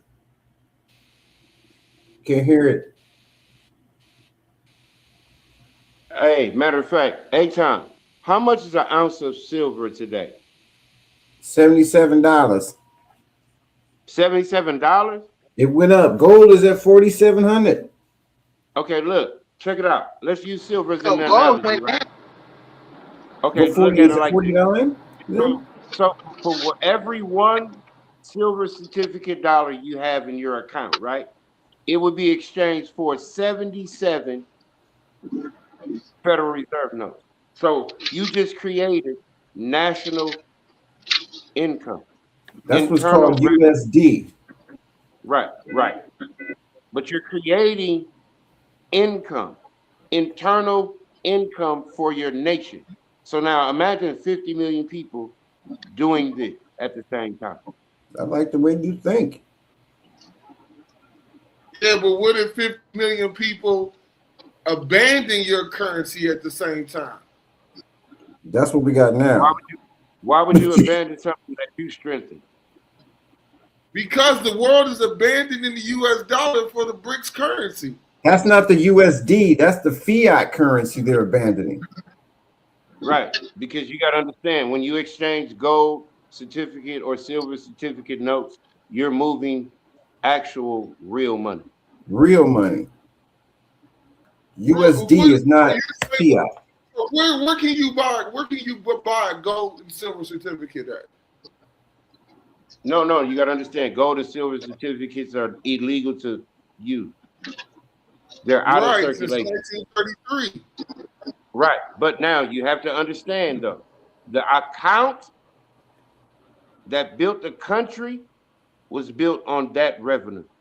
So what they did was they put those accounts in reserves and created the credit line called the Federal Reserve Note. Wow. And we're the creditor. Yep. Yes. So we have the authority to demand these notes, demand this out of circulation money. Well, you don't have to demand it. It's yours. All you have to do. Okay, when you realize that, when you figure out that when you fill out a SS5 form for the Internal Revenue Service, and you become the man that is in charge of the entity that they created. When they give you the in charge of the man, or the what you call a straw man, when you get the authority, right? They issue you an account number. I gotta stand against that real quick, bro, because how can you control something? And the only reason that most people do stand against it, but they don't understand what hear me out though. doing. I'm talking about a maximum law right now. How can you control something you do not create? How can you control something that you do not what? You do not what? Create. You said they created the account and we're taking control of it. That makes no sense. No, sir. If it's created for you. If it's created for you. Okay, look at it like was this. Was it created by you? No, okay, yes, it's by you. Okay, but now you aren't in a capacitative state of mind at the time, so somebody took control of it. Now, it was supposed to be that you were supposed to know that you can take back control of that. And they keep that a secret. I think that's what people say. From everything that I've read about law states that you can only control what you create. You can't control something you didn't create. Okay, so what's okay? When you were born, right? You created life, your life, and when you were born of people who were already had life, and those people were born of people who already had life. Now, the one thing that this country has always had is the fact that I, as a person who has lived, can pass what I have down to my children. That's called descendability. So, these accounts are principled on that theory. So the accounts and the revenue from these accounts that still exist only exist from revenue that was created before you.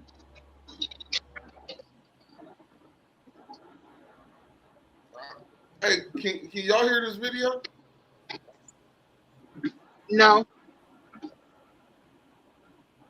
Every time Derek talks like this, I immediately think of Dead Presidents, the movie. Why? What? How they were getting that money that was being taken out of circulation. Yeah, but that's I know it's different. I know it's different with the gold and silver notes, but that's the same principle. right. Just like they I'm take ready old money to- out of circulation and new money comes in. This was Exactly highly what they did. They exchange assets for credit. And they're milking and juicing us is what they doing. Because you don't understand that you can operate off the assets. You don't have to operate off the credit. See, you have a past here. A lot of people don't. 1933, everybody look around your life and go, damn, were you here around 1933? No, I don't think you was here. I know y'all wasn't here. Mexicans, y'all wasn't here. Filipinos, y'all wasn't here. Not like that. Chinese, y'all wasn't here. Not like that. You know what I'm saying? Y'all wasn't here. Right. So when this transaction happened, it happened between Italians, Polish, Germans, English, Scottish, this shit versus niggas.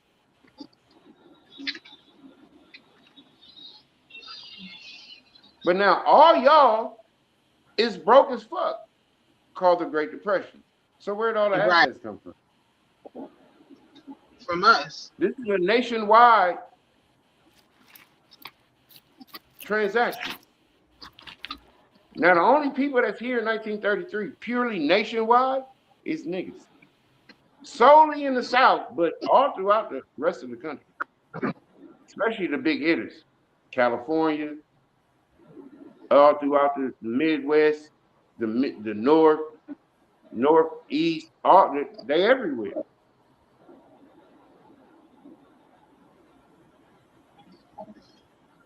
That only affected them because eventually they got to squeeze the lemon. Before you couldn't squeeze this lemon. It wasn't just one lemon, it's a whole bunch of lemons. It's a whole tree. But now you just funneled the tree into one bucket. Everything that come out of this tree fall into this bucket called the Federal Reserve. And we license it, certify it, and then send it back out. That way we can discriminate against it. Choke your economy. Now you at the end of the squeezing of the lemon. You got to fuck with these niggas. Why? Because don't nobody know how to do nothing. You done brought all these motherfuckers here. They don't know how to do nothing. You done brought Mexicans here. You done gave them the whole construction industry. Shit is fucked up. They can't build a house. Not a good one. Nothing is worth what they saying is worth. Think about it. All the way around the board. You done took niggas out the farming industry. Now fruits and vegetables ain't shit. Took niggas out of construction. Houses ain't shit. Took niggas out of all the trades. Now all the trades ain't shit.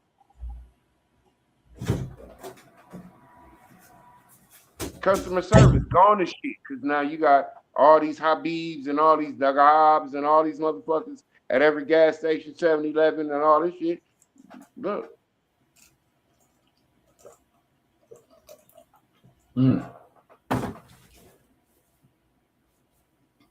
Look at the pictures of the 60s. Look at how diners look. Look at how restaurants look. Look at the pictures in the motherfucking 60s of supermarkets. Nigga, it was the standard, huh? Standard, yep. Yes, ma'am, no, ma'am. Standard. Courtesy in this country ran a long motherfucking way. Respect, long way. Today, everybody thought they can come here and hate niggas and then found out, nigga, that ain't it. That ain't it at all.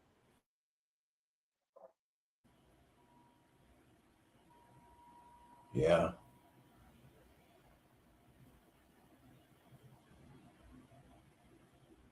Yeah. You can't get rid of niggas. Niggas is really looking at you stupid for even asking them, well, you're next. No, we ain't. Because they really once can't a Mexican dude told me that, and I told him, I said, you know what, think about this, bro. If we was next, we'd have been long gone. That motherfucker. We would have been first. We would have been first. We'd have been gone long time ago. Before this even happened. We'd have been long gone. The 60s wouldn't have happened. You'd have never heard of Martin Luther King, nigga. Motherfucking Dred Scott, nigga. You wouldn't have heard about none of that. If that could happen. Let me say this, man. The only reason they haven't destroyed niggas because no one wants to be guilty of destroying the children of God other than these so-called pale people that are doing business with these so-called. Destroy some people at their own motherfucking house.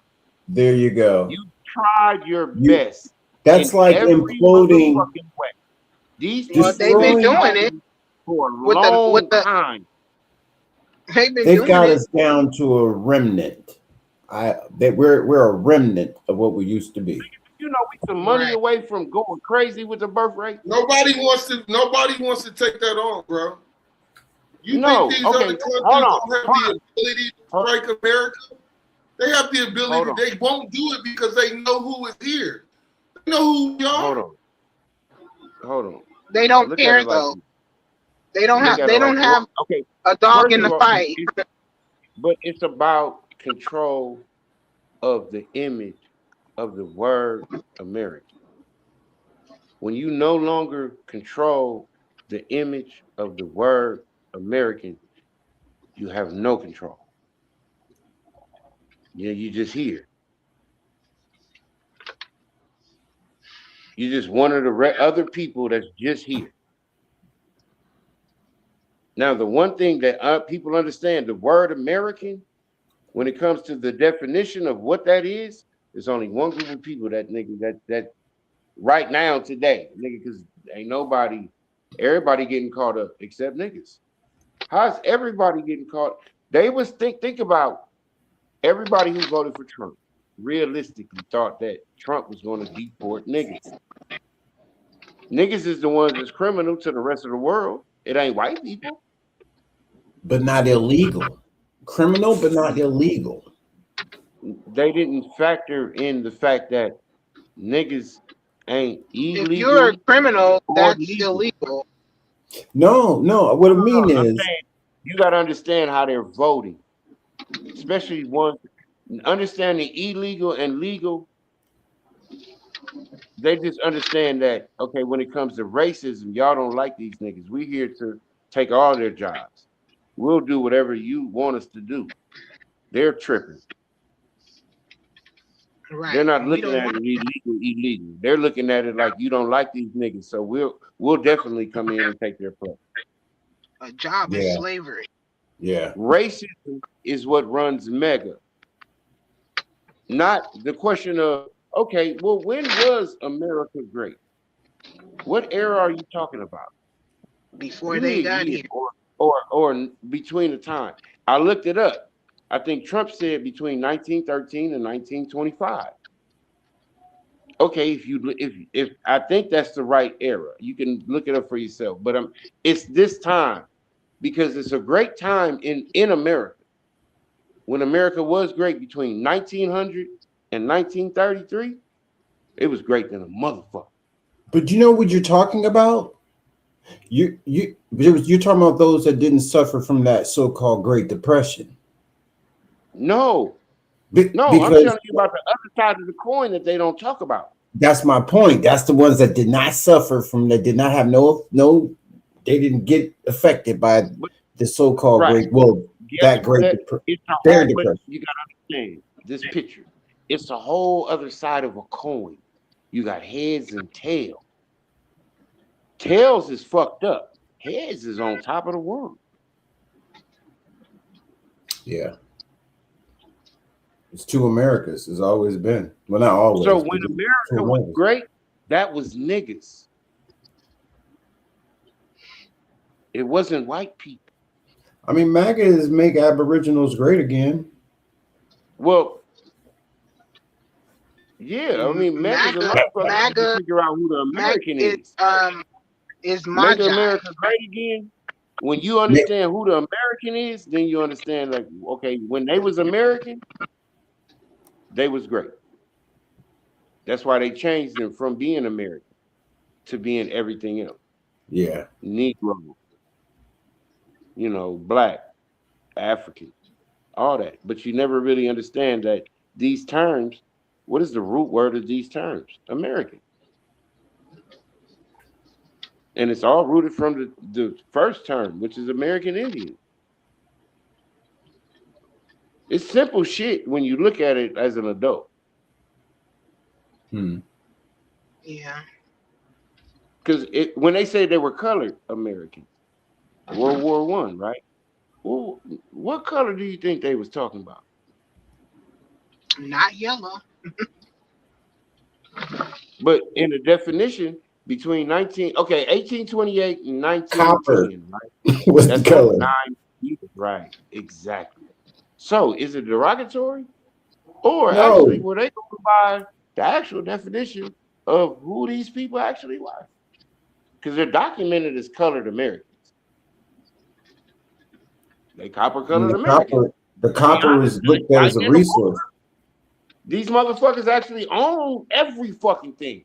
Oil, they're actually building the planes, they're jumping out these motherfuckers. What the fuck? Wait a minute. What? Y'all know what an A&E tool is? Or, well, no, A&T. Right? Agriculture and technology. Like an A&T tool, like tool, yeah. Like what is it in Alabama? Like Alabama A&T. Yeah. That's a agricultural and technology. Yeah. But it used to be A&M. A&M, right. Right. Agriculture and machinery. We made the first A&M. Yeah, that's like because we FAMU. own the machinery companies. And we own the agricultural companies. FAMU, fam. I'm familiar. Florida A&M. All these, when you look at and understand, and then you go back in the times where these were actually flourishing and going and doing these, okay, so this is us. So we owned all of this. So the economy as a whole at this time in 1910 is ours, 80%. Because we built this on asset, not credit. Because there is a credit in 1910. U.S. federal government got bills that's tied to the Treasury. What is it called? Treasury bonds. That's credit. But that's separate from niggas working with this gold and silver, which is called a gold and silver certificate note.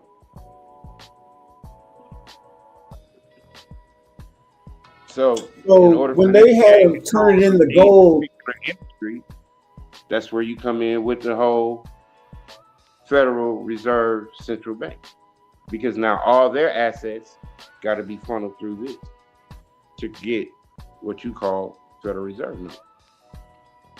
Interesting. But if you look up, hey, Aton, can you bring up the U.S. debt clock to the big screen? Like, I could show you something that blew my mind when I was just high one day. Like, this shit is really like, it's really there for you to look at every day, all day. Like, it's public knowledge, for real. Like, the United States has an account that they're responsible for, but then there's this, what you call asset account, that's accumulating what you call hidden wealth. at an astronomical rate higher than the debt that's being incurred. At the same damn time, like, wait a minute, how does that work? Like, how do you have it's probably like $220 trillion in counting of hidden wealth that's created by assets. And it's for per citizen. And it's a number, bingo. Here you go. And y'all hear the music. Y'all hear the music too, right? Yeah, now look, Aton, you see at the top left corner, right? The U.S. national debt. Can you zoom in on it? Right. Now you see what the number is, $39 trillion, right? And it's in red. Everybody know, because we all grown. Red means you owe. All Everybody debt know belongs that. to the United States. So that's the Goddamn. debt they All right, owe now, us. okay. Now, go down to the bottom right-hand corner of this debt clock. Now remember, hold on, before you go, one more thing, y'all. Y'all seen that at the top, right? It says U.S. national debt. Remember that, U.S. national debt. All right, now go down to the bottom right-hand corner.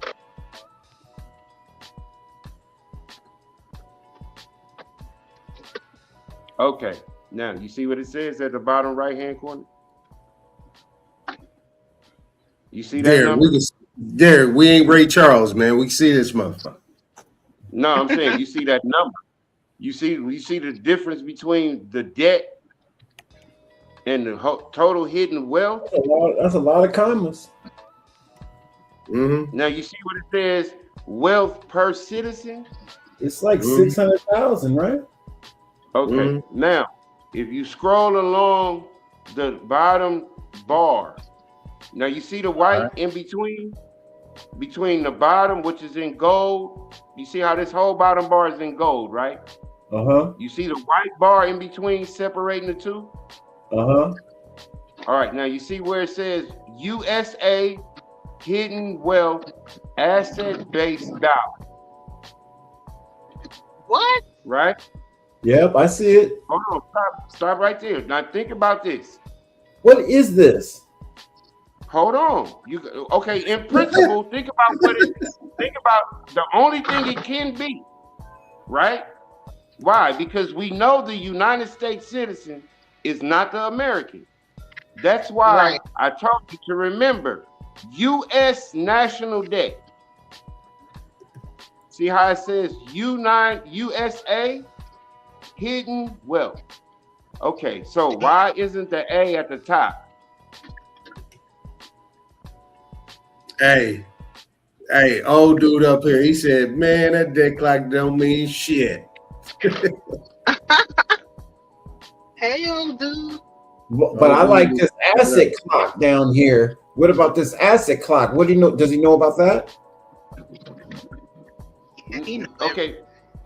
Okay, now if you look, these two accounts, right? The account that leads to the debt is separate from the account that leads to this wealth. You see how that white bar go all the way across? You got to minimize the bottom one is in gold. That's assets. The only thing and the only time the United States had an asset economy was before 1933. Wow. And all of that was accumulated and collected through the Internal Revenue Service, the Treasury, and the Federal Reserve Bank. That's what that bar is. All of the assets are everything. Like, if you look at it, it shows you land, stocks.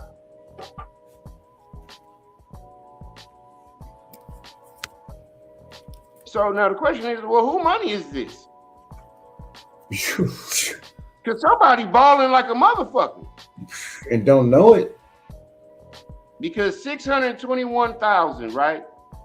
Times that times 77.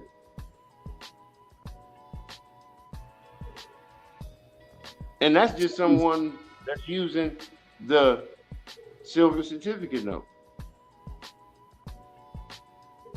Well, okay, check this out. So when you discharge and use silver,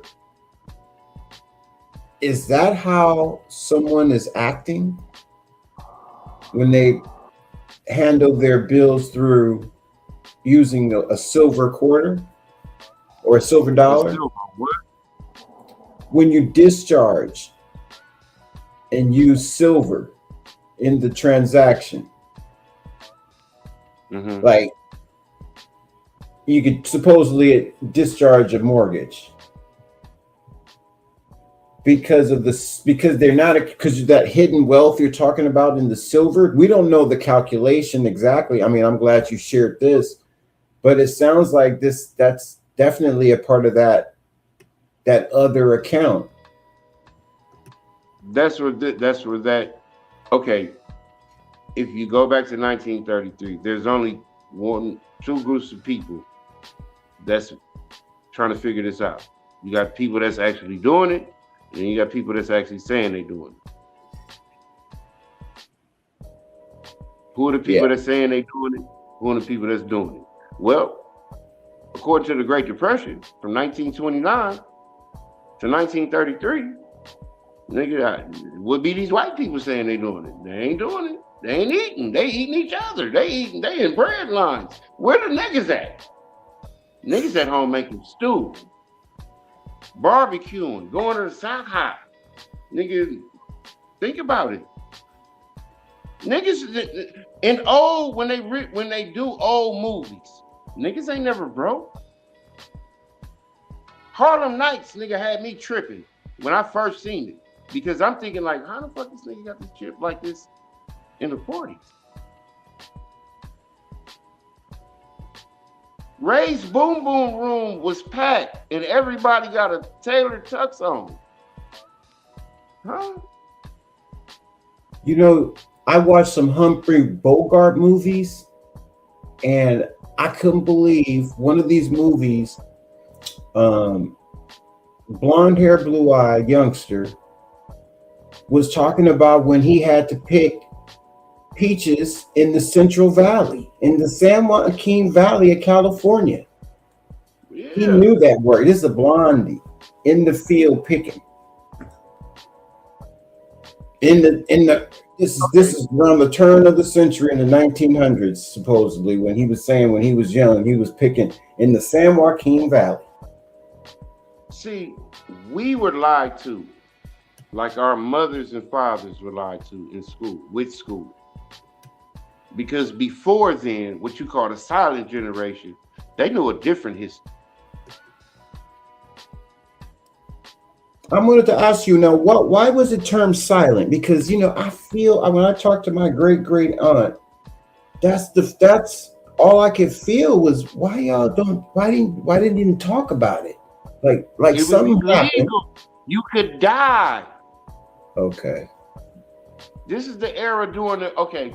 First of all, the United States of America is a business. The Americans doing business. This is a hostile takeover. The Pinkertons was coming to get you.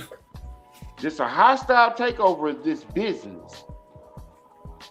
I know you didn't really think that fast. So now the silent generation and the lost generation are the two generations where it became a hostile takeover. Now, after the hostile takeover, which is phase 3, then phase 4 comes in.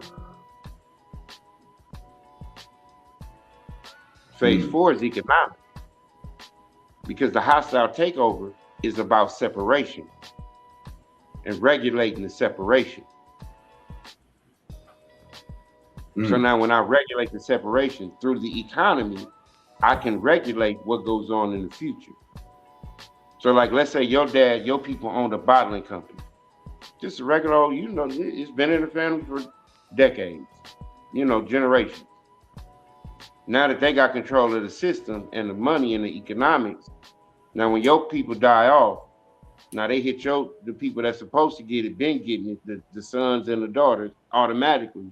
Now they hit them with some kind of legal action. where they take over the bottling company.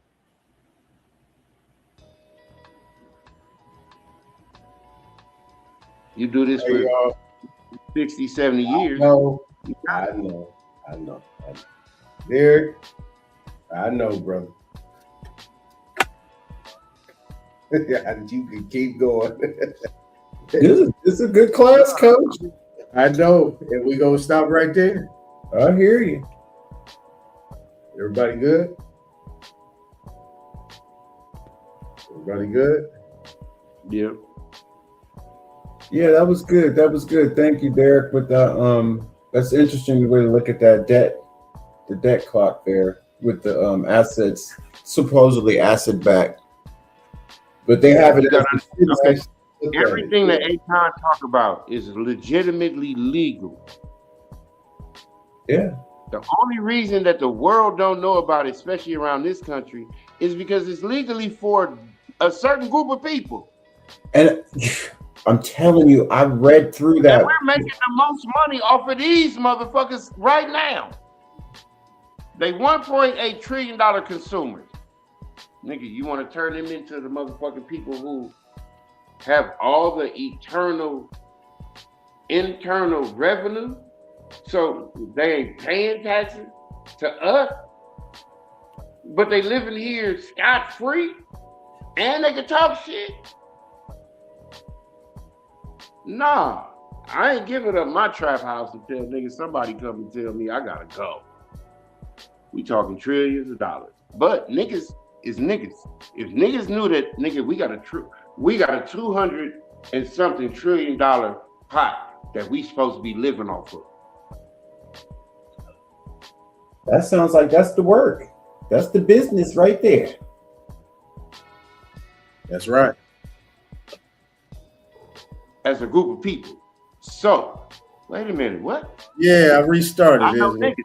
Restarted. Niggas is at somebody's front door like, hey, we need that money, man. Wait a minute, hold up. Yeah, we need that money.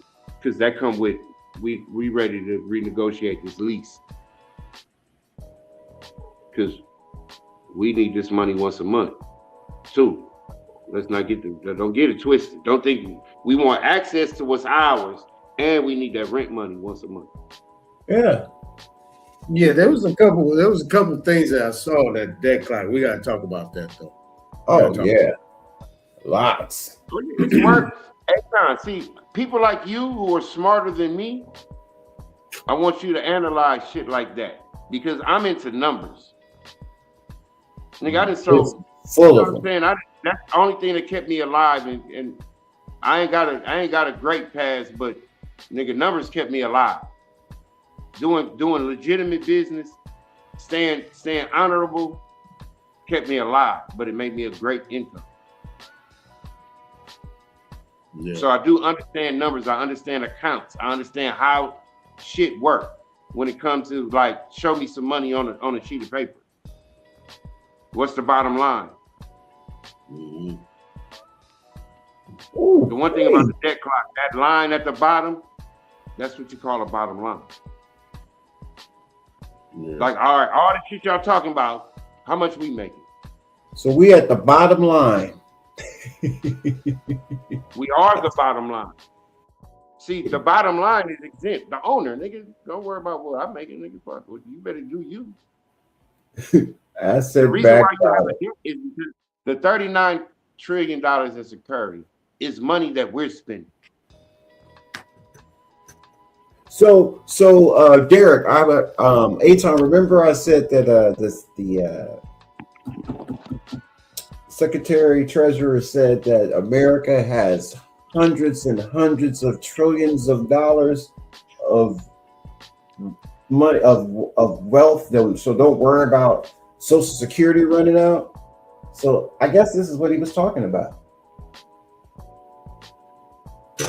Yeah, but these accounts are for everything. Okay, first of all, think about. Yeah, but they're playing with it still. But look how important this is. First, in 1933, how many different groups of people were here to be a part of this transaction? Second, if you were since 1933, you understand that most of these people came here from 1880 to 1920, right? So 1933, y'all ain't been here long. How many generations have y'all accumulated to today to have a large investment in this country like that? Right. That's the question. That's what got hit in that depression. You know what? We're not going to answer it tonight, though. Oh, okay. No, okay. I'm saying, since you've been here since at least 1933, 1920, and all that, you do have something. But these niggas, I've been here since 1:45 to 15 p.m. I know that much. Yeah. No, I'm just saying, Time like, to go.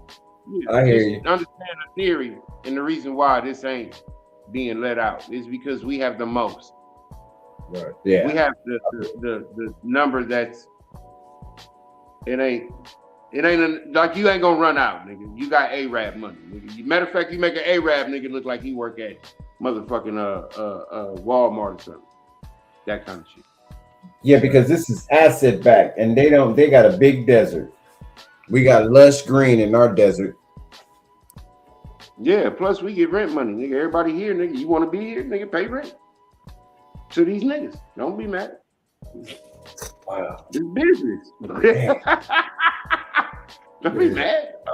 That's It's what I'm just saying. Like, okay, you can hidden move. wealth. You You can know move. what? You can leave. We ain't tripping. Hidden wealth. Yep, you gotta love it. All right, y'all. All right. All right, in a minute. Yeah. That was lovely. Indeed. Later on, baby. I'm gonna holler. All right, no doubt.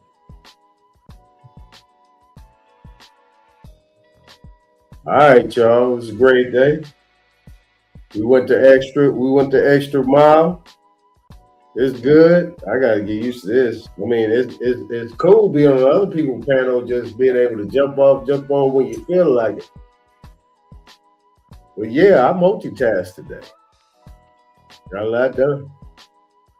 How about that? But yeah,